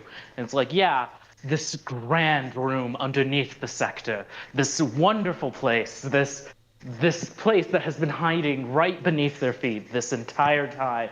Yes, that is the finale. That makes sense. That's where they will find all their answers. Except no, it's this booby-trapped area that Xana made specifically for them. Gotcha. Like it really ties together a lot of the buildup and a lot of the buildup that has been going on throughout the season, and God, I just think it's great. Another thing that I also wanted to bring up as well is, since everybody's been talking about it, yes, Aelita's life-ending moment, the one in which she turns off the supercomputer to try and in her eyes save the world. It builds it.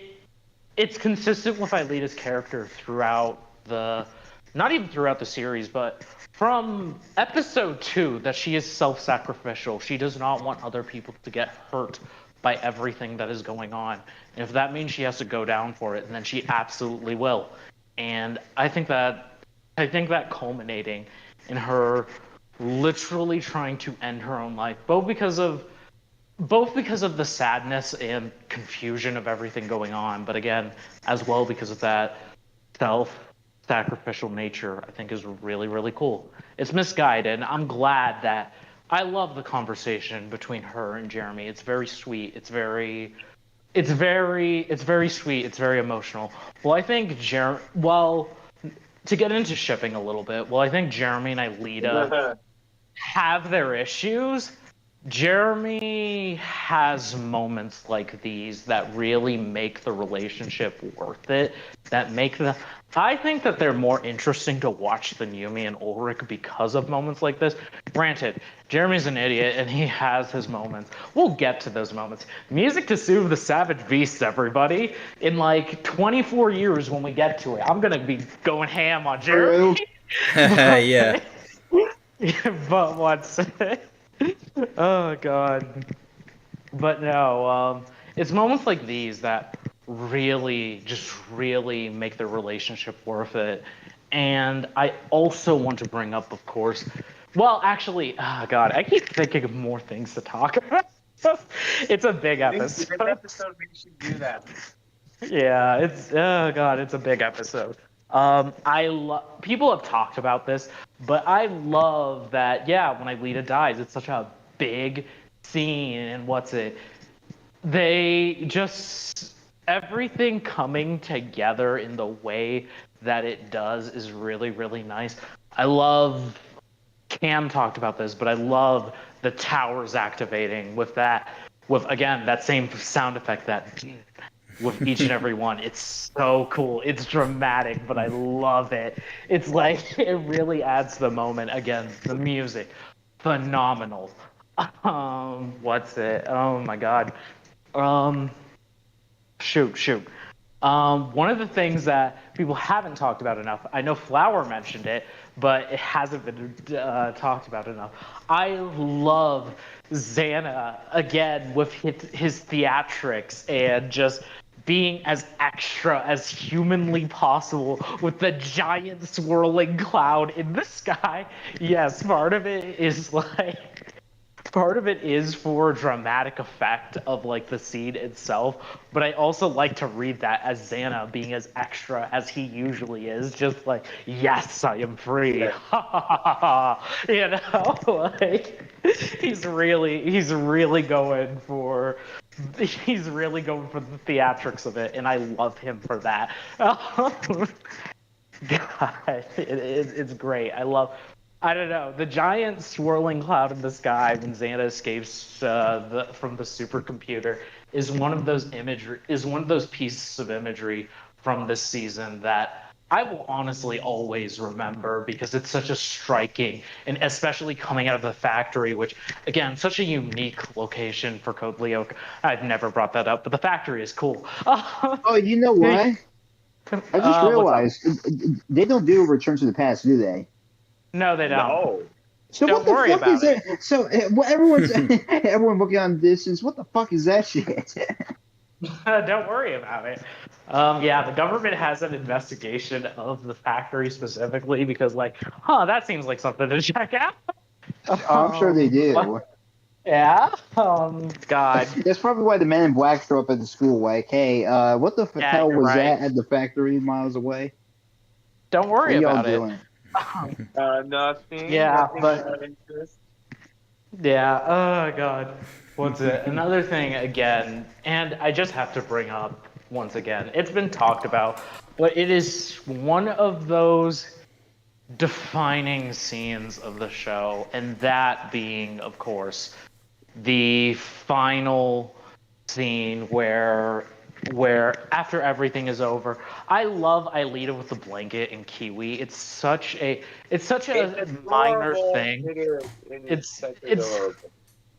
yeah, no, it's such a minor thing, but it's also like she has been through a lot. She needs like a little bit of comfort, and it's like it's something they didn't need to add to the scene, but it's something that adds to the fact that hey, she is shaken, and hey, her friends have got her back. You know, like it's like yeah, it's just one of those little things, and shoot,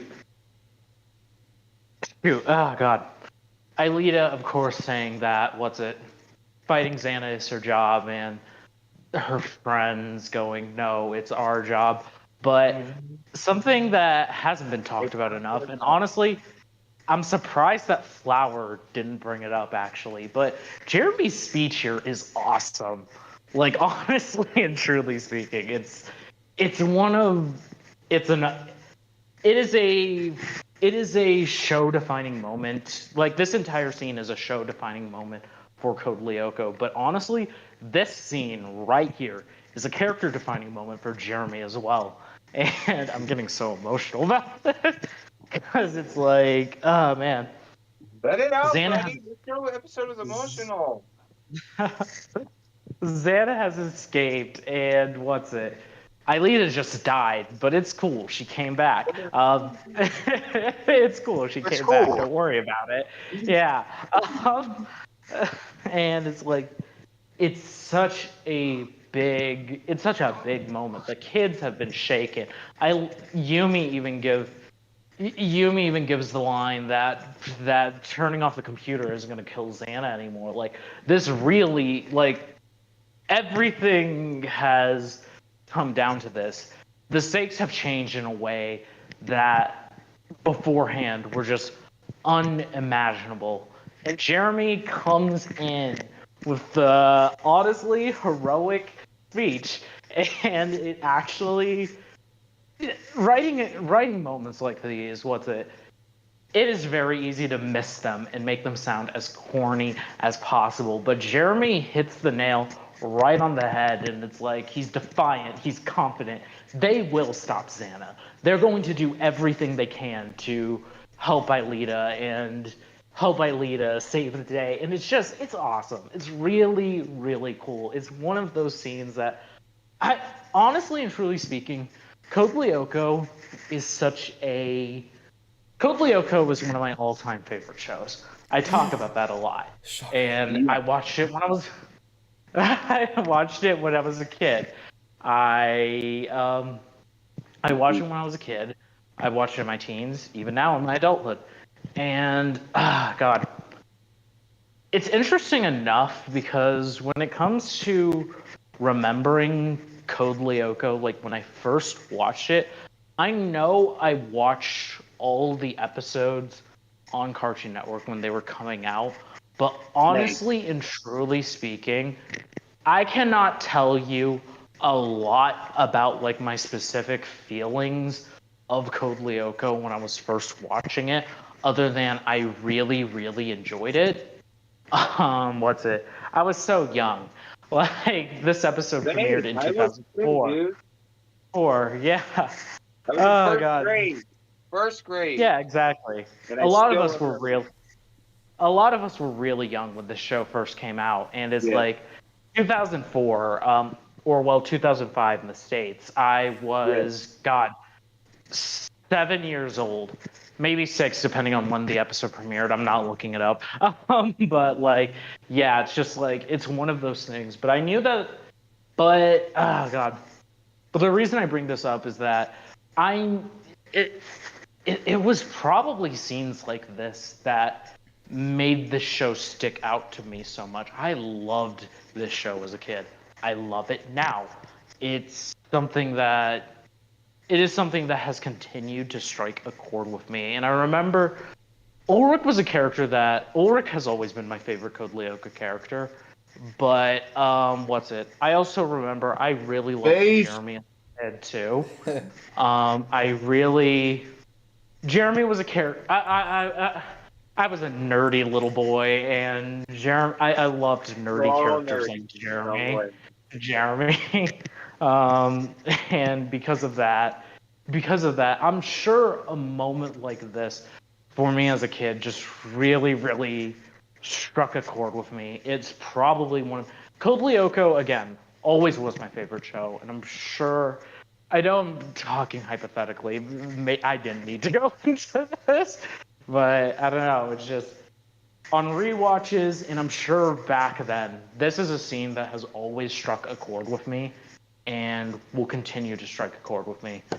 I know I go in about the Lyoko Warriors friendship saying, oh, I'm the contrarian that has gone in and I'm like, well, Lyoko Warriors, yeah, they're good friends, but like, not they're not the greatest to each other all the time. Like I've been that guy multiple times throughout these tier list streams, but this moment, Yeah, this you haven't really been a good friend is. at all in these Yeah, during these live streams. exactly.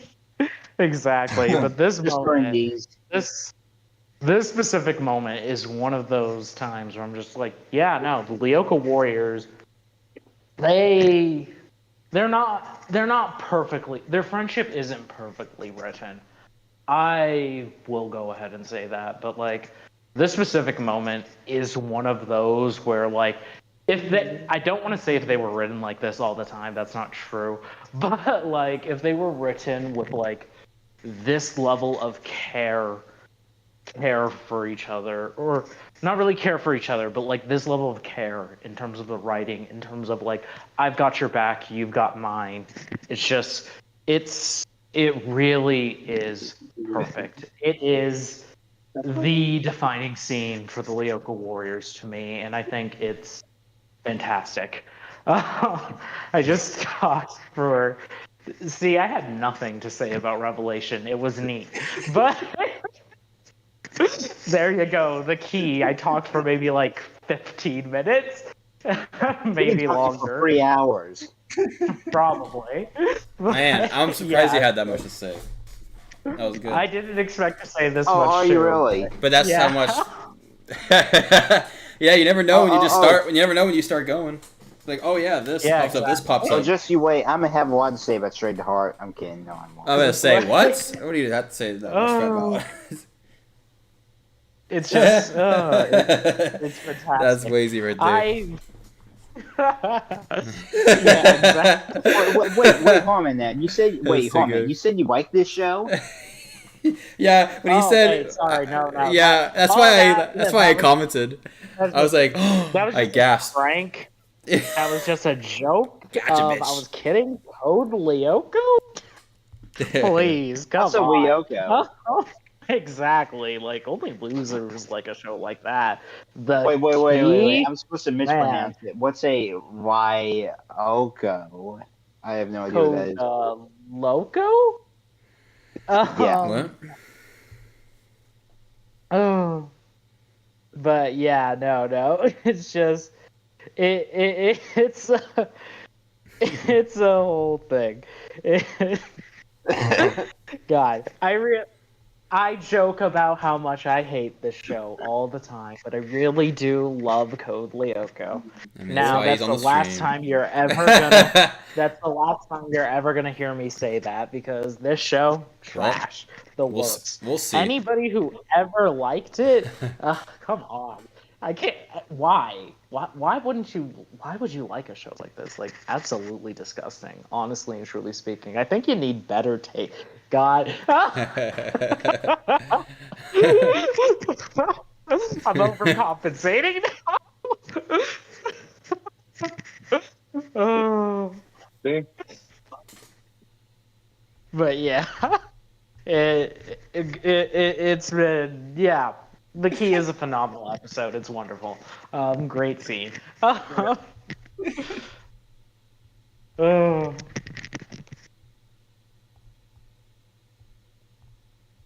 Yeah, that's all I've got. Go home, everybody. I can't Yeah, go in home. fact, I'm already home. I'm ending this stream. Thanks for coming out, everybody. It's been a wonderful time on Cam Rock Onshi. We're going to Project Eradicate. Thank you for joining us in our Project Eradication live stream. Oh my god.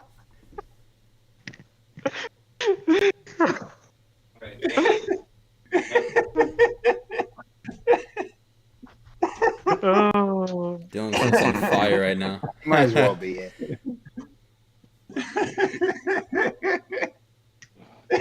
Dying over there. I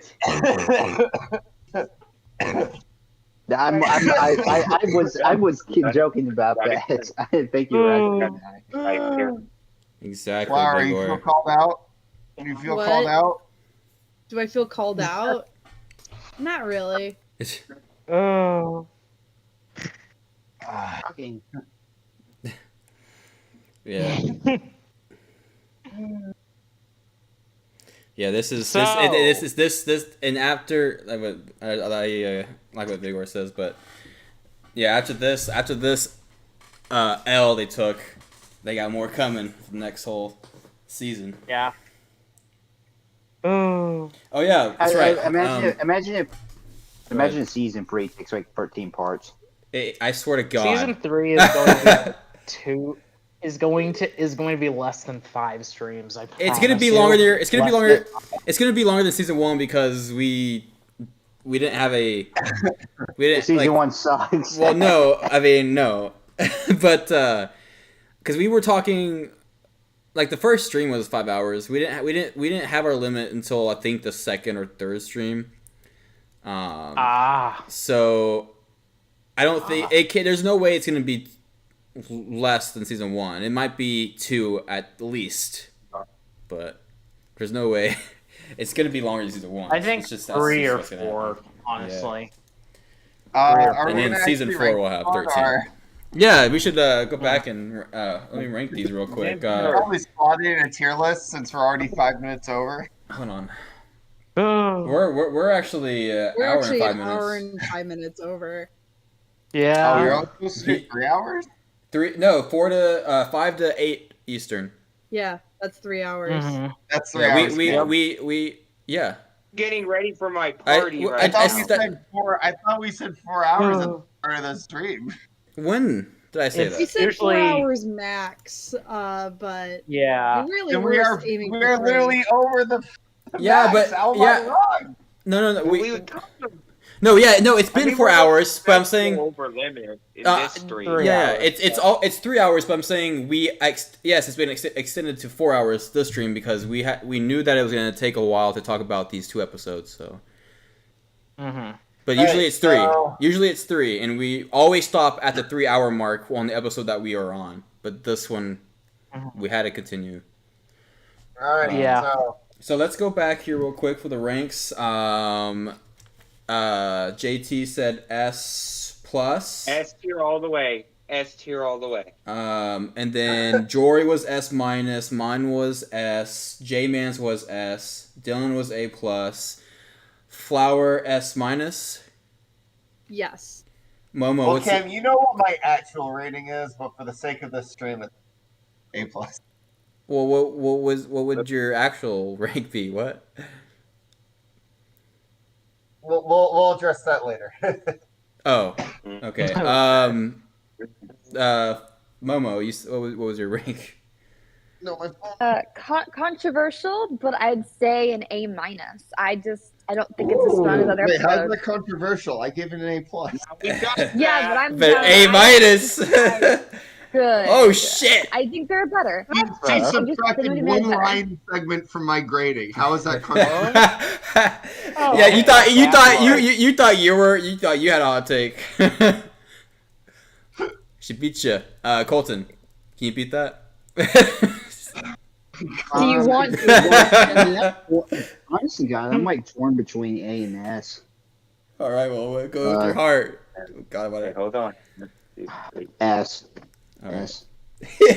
you guys sound like I think. fine. Well, I mean, this episode I think is better than the previous episode. So Yeah, I do too. it would be an Well, S by that logic. No, Yeah. this is definitely. We know you better don't than- think that. I know. I mean, Well, guess it's- what? France Hopper's not S rank either, but guess what? I got. I know. I know, right? Well, Well, you know how I mean, not how high it is now, but S is fine. Well, but anyways, just- anyways, You gotta get through the zip. Don't get caught in your hair. what were you gonna say? Lazy. Well, you see, Code Lyoko is trash, so because of that, I think every single episode should actually be F tier. But Right. Right. yeah, There should be no tier list. It's Yeah, I just know. extra Exactly. funny when you say that after you give it your impassioned. Yeah. Lyoko's one of your favorite shows ever. Yeah, did you This is say why those all words? of us. You got Con 4K. Because when you said I really like this show, I was like, yeah. I gasped. But yeah, what's your rank, Wazy? What? S minus. I know, S minus. S minus. I know I praised this episode, but it is not perfect. It has its issues. The dance thing, yeah, S minus. Well, it has to be an S minus too. After all these ranks, it seems there's one S plus, two S's, three S minuses, one A plus, and one A minus. So I guess it's an S minus, right? Mm-hmm. So all right. So are we putting this in A minus? Are we going to put it? It's obviously above Cold War, I would think. Are we putting it above Revelations or behind it? Or do we? Yeah, it's got to be Behind some- Revelations. behind Revelations. Really? No, you don't mean he's not getting it. taking that from you. I mean, No, he's not. He's not getting it. He's not understanding it. I already know you guys are not gonna put it higher than Marabuta, but it's bigger than Revelations. Revelations was Oh, okay. Okay, there you go. I knew he didn't mean what he said. Okay, but Yeah, all right. So I'll put it. Okay, so I'm not gonna ask Dylan. Flower, what do you think it's in front or behind Revelations? I actually think Revelations is a better episode than this one. Okay. And that might get my Momo. take, Oh but- well. it's breaking my heart right now. Well, Momo would agree because Revelations is but has two Auric as two Aurics, You and know, she loves two is Auric. Two is Yeah, better two than is better one. than one. Two are better than one. Colton, what about you? Do you think it's better than Revelations or? Yes, I do think it's better than Revelation. Okay. I think it's better than France Hopper, but France Hopper shouldn't be in S tier anyway. So. It's not gonna get. It's not gonna get past that. Wazy. Hope and Sieve. Anyway. Help my ass. God, bro. I mean, I think it should be below Cold War. Oh my God, Dylan, I'm not listening think- to you. I think that the key, and this is actually going to be a shock, I think No. it should be above Revelation. Oh, okay. I Thank thought you. you were gonna stay above France Hoffer. That would shock me. Oh, absolutely not. I'm not crazy. I'm not having a stroke. But I'm not having a stroke, Cam. But yeah, no, above Revelation. Okay, so I think that's three and three and three. Three in front of Revelations and.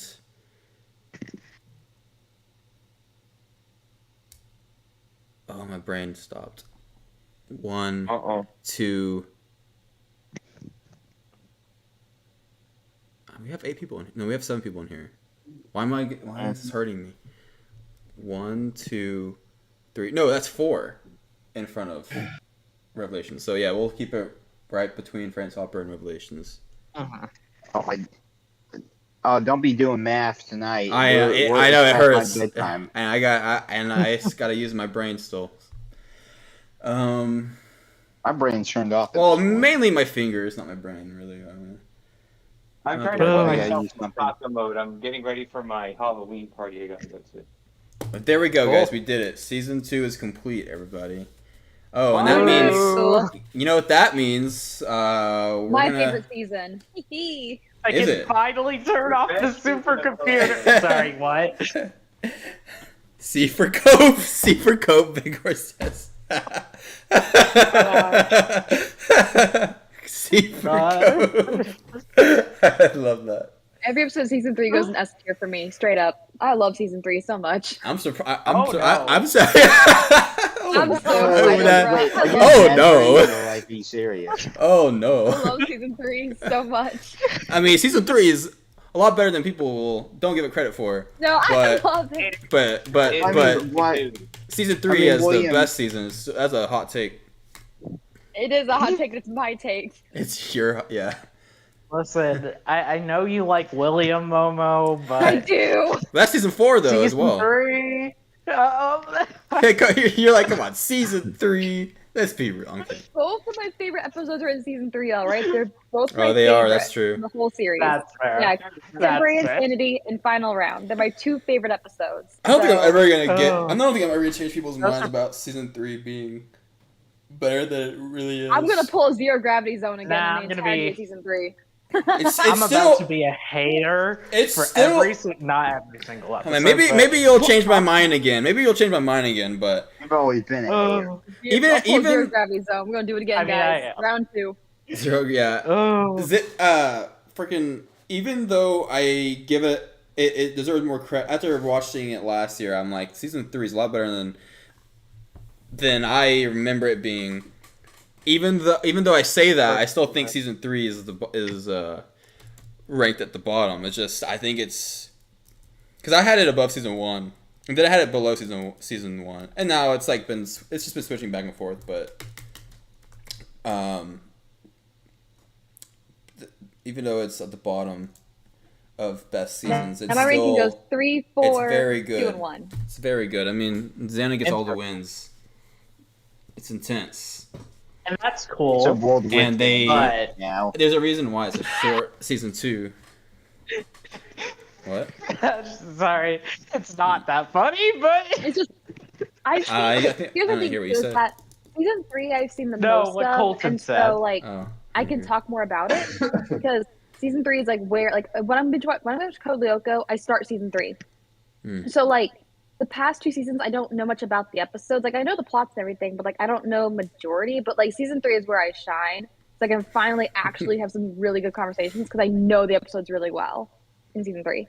So I'm excited. Okay, watch better seasons. No, I'm kidding. Wazy more importantly, is choosing violence. Wazy's choosing violence. Yeah, I really am. I am. I can't wait, but I honestly, I can't wait to. I mean, hey, okay.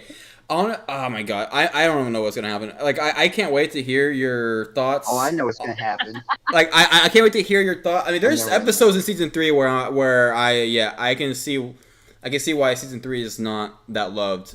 But the episodes that are not bad, I think just take over the ones that are. So season 3 has some good episodes. I'm not immune. I know. I guess I'm talking about the plot-driven ones where. Johnny. I think I'm just talking about the plot-driven ones.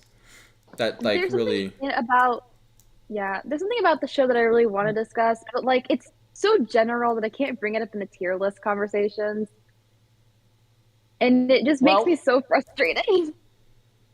Gotta find a way to talk about it. Slide it into a conversation one day. That was yesterday. That was me sliding in yesterday, and I was like, William is mischaracterized. Yeah, that's fair. Y'all don't give him enough credit. Misunderstood. He is so misunderstood. And I went on for a whole hour rant about it yesterday. Hmm. Was that after I left? I had it. I don't know, maybe. I had opinions. I will die on that hill. I was totally. I don't remember that. I was too zoned out. You were focused. This is when you But were like focused. yeah, I now I do want to hear it another day. I am curious to hear. I guess I don't know if it's like Absolutely. an episode by episode or just in the season No, in no, no. general, It's but- very generalized by pulling examples from other episodes. That's why I can't really bring Mm. it up in a tier list because it's so like this is my basis and here are my examples. New live stream idea. Morgan does rants about William's art.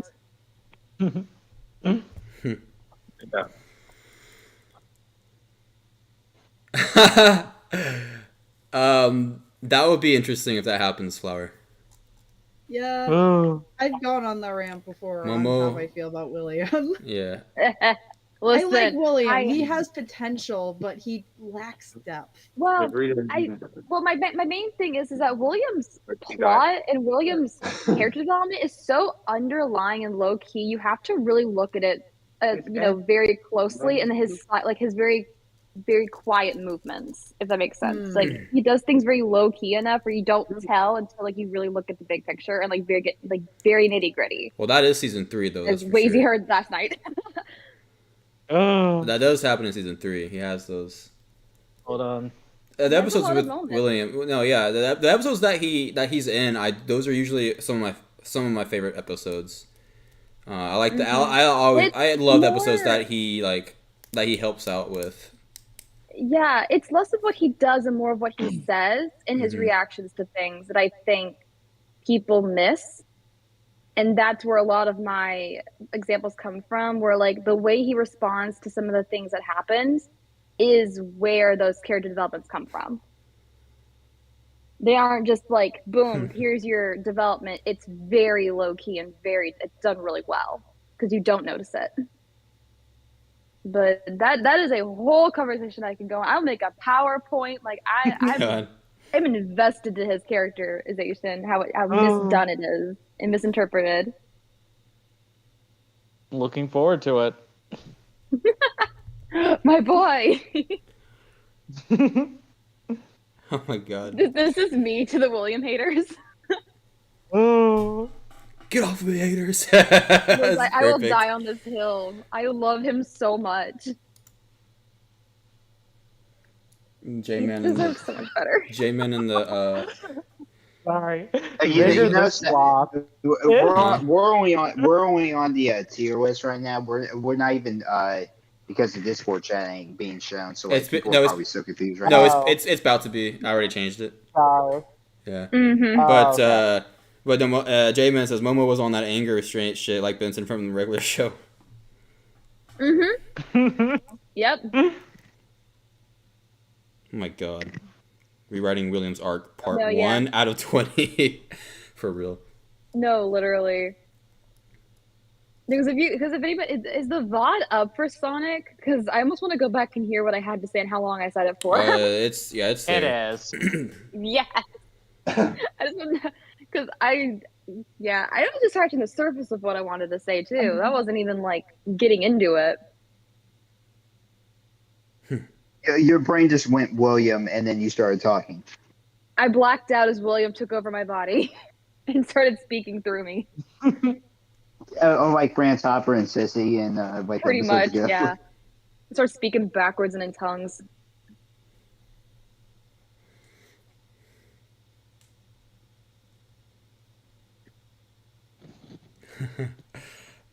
Oh my gosh. Yes. that was literally. I don't even Crying remember that. too. That is such a good one. That was so good. With the tears down my face. Yep, that's about right. I don't remember that episode. I remember that episode. Yeah. I do. I remember them. I- I remember them being in that beam though. Benson's Lazy. like ranting so powerfully that they can't even understand what he's saying. And then they go and then they down. go deaf afterwards. Yeah. Yeah. You know what that was also? That love was Regular me doing Show. Zero Gravity Zone. That was me doing Yeah. Zero Gravity Zone. I really no. Y'all Yeah, Zero are Gravity wrong, was and an I'll tell S. you It was an why. S tier episode. Yeah. I made it S tier. I think we all. Y'all I dogged think, I on think it. we most. No, I think it became an S tier episode. Right? What's it? Yeah. Yeah. But no. Oh, I was just gonna What? comment that once Benson's voice actor for this episode actually nearly lost his voice, but Oh, man. like it God, was he loves that method bad. acting. Yeah. But oh, Oh, it got Pops too, but he blasted off screen. My Yeah. one of my friends last convention I went to cosplayed Pops and had a dating panel advice. Like Yeah, he I was giving remember advice this. as Pops. It was Oh, that's so fun. funny. And I just sat there like, why am I here? What is happening? Yeah. Johnny And I Good get some Show! cosplay, just like, oh gosh. How did, And how he- did I take the steps in order for me to get here? He literally Oh. was talking to this one girl about dating, and he said, "Well, just get Riz," and I was like, in the Pop's voice, just get Riz. That's amazing. That's messed I up. just looked at him and went, "That was your answer. That was the best you could come up with on the fly. It was just get Riz." And he looked at me and then to get bitches, and I was like, "Okay, I'm gonna come up on the stage and beat your ass." Get bitches! I saw him yesterday, and we about killed each other. It was great. Him and I just That's turned each other's amazing. throats to come see each other. Oh. You are Orkin William in real life. You know what? He's gender, honestly. I want to look like that. I want to become William. Feel that. You do? Yeah. I should cosplay him, honestly.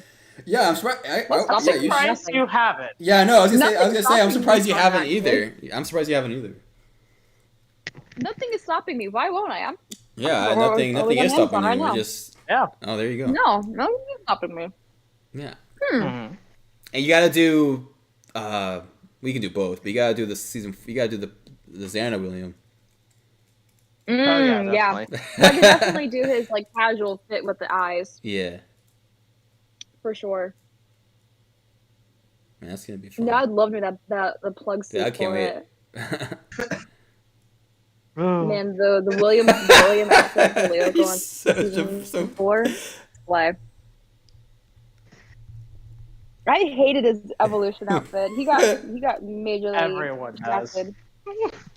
No, because I loved Ulrich's outfit in 4, or in evolution, not 5. But damn, what was that? What was that skin color? He looked like a jaundice. Fine vampire He William. looked like an olive. Yeah. Like, bro, Well, he's Twilight evil, not was pale. popular in those games. Looking at it those days. People say his voice actor was Robert Pattinson's stunt double, so he man. might as well be the Ah. vampire. Wait, so what were we talking about earlier? We just said about Quentin Maravet and Diego. Yeah. Oh my god. Both, please. Uh, I can't simp for the characters. I can sure simp for the actors. oh. That way it's legal.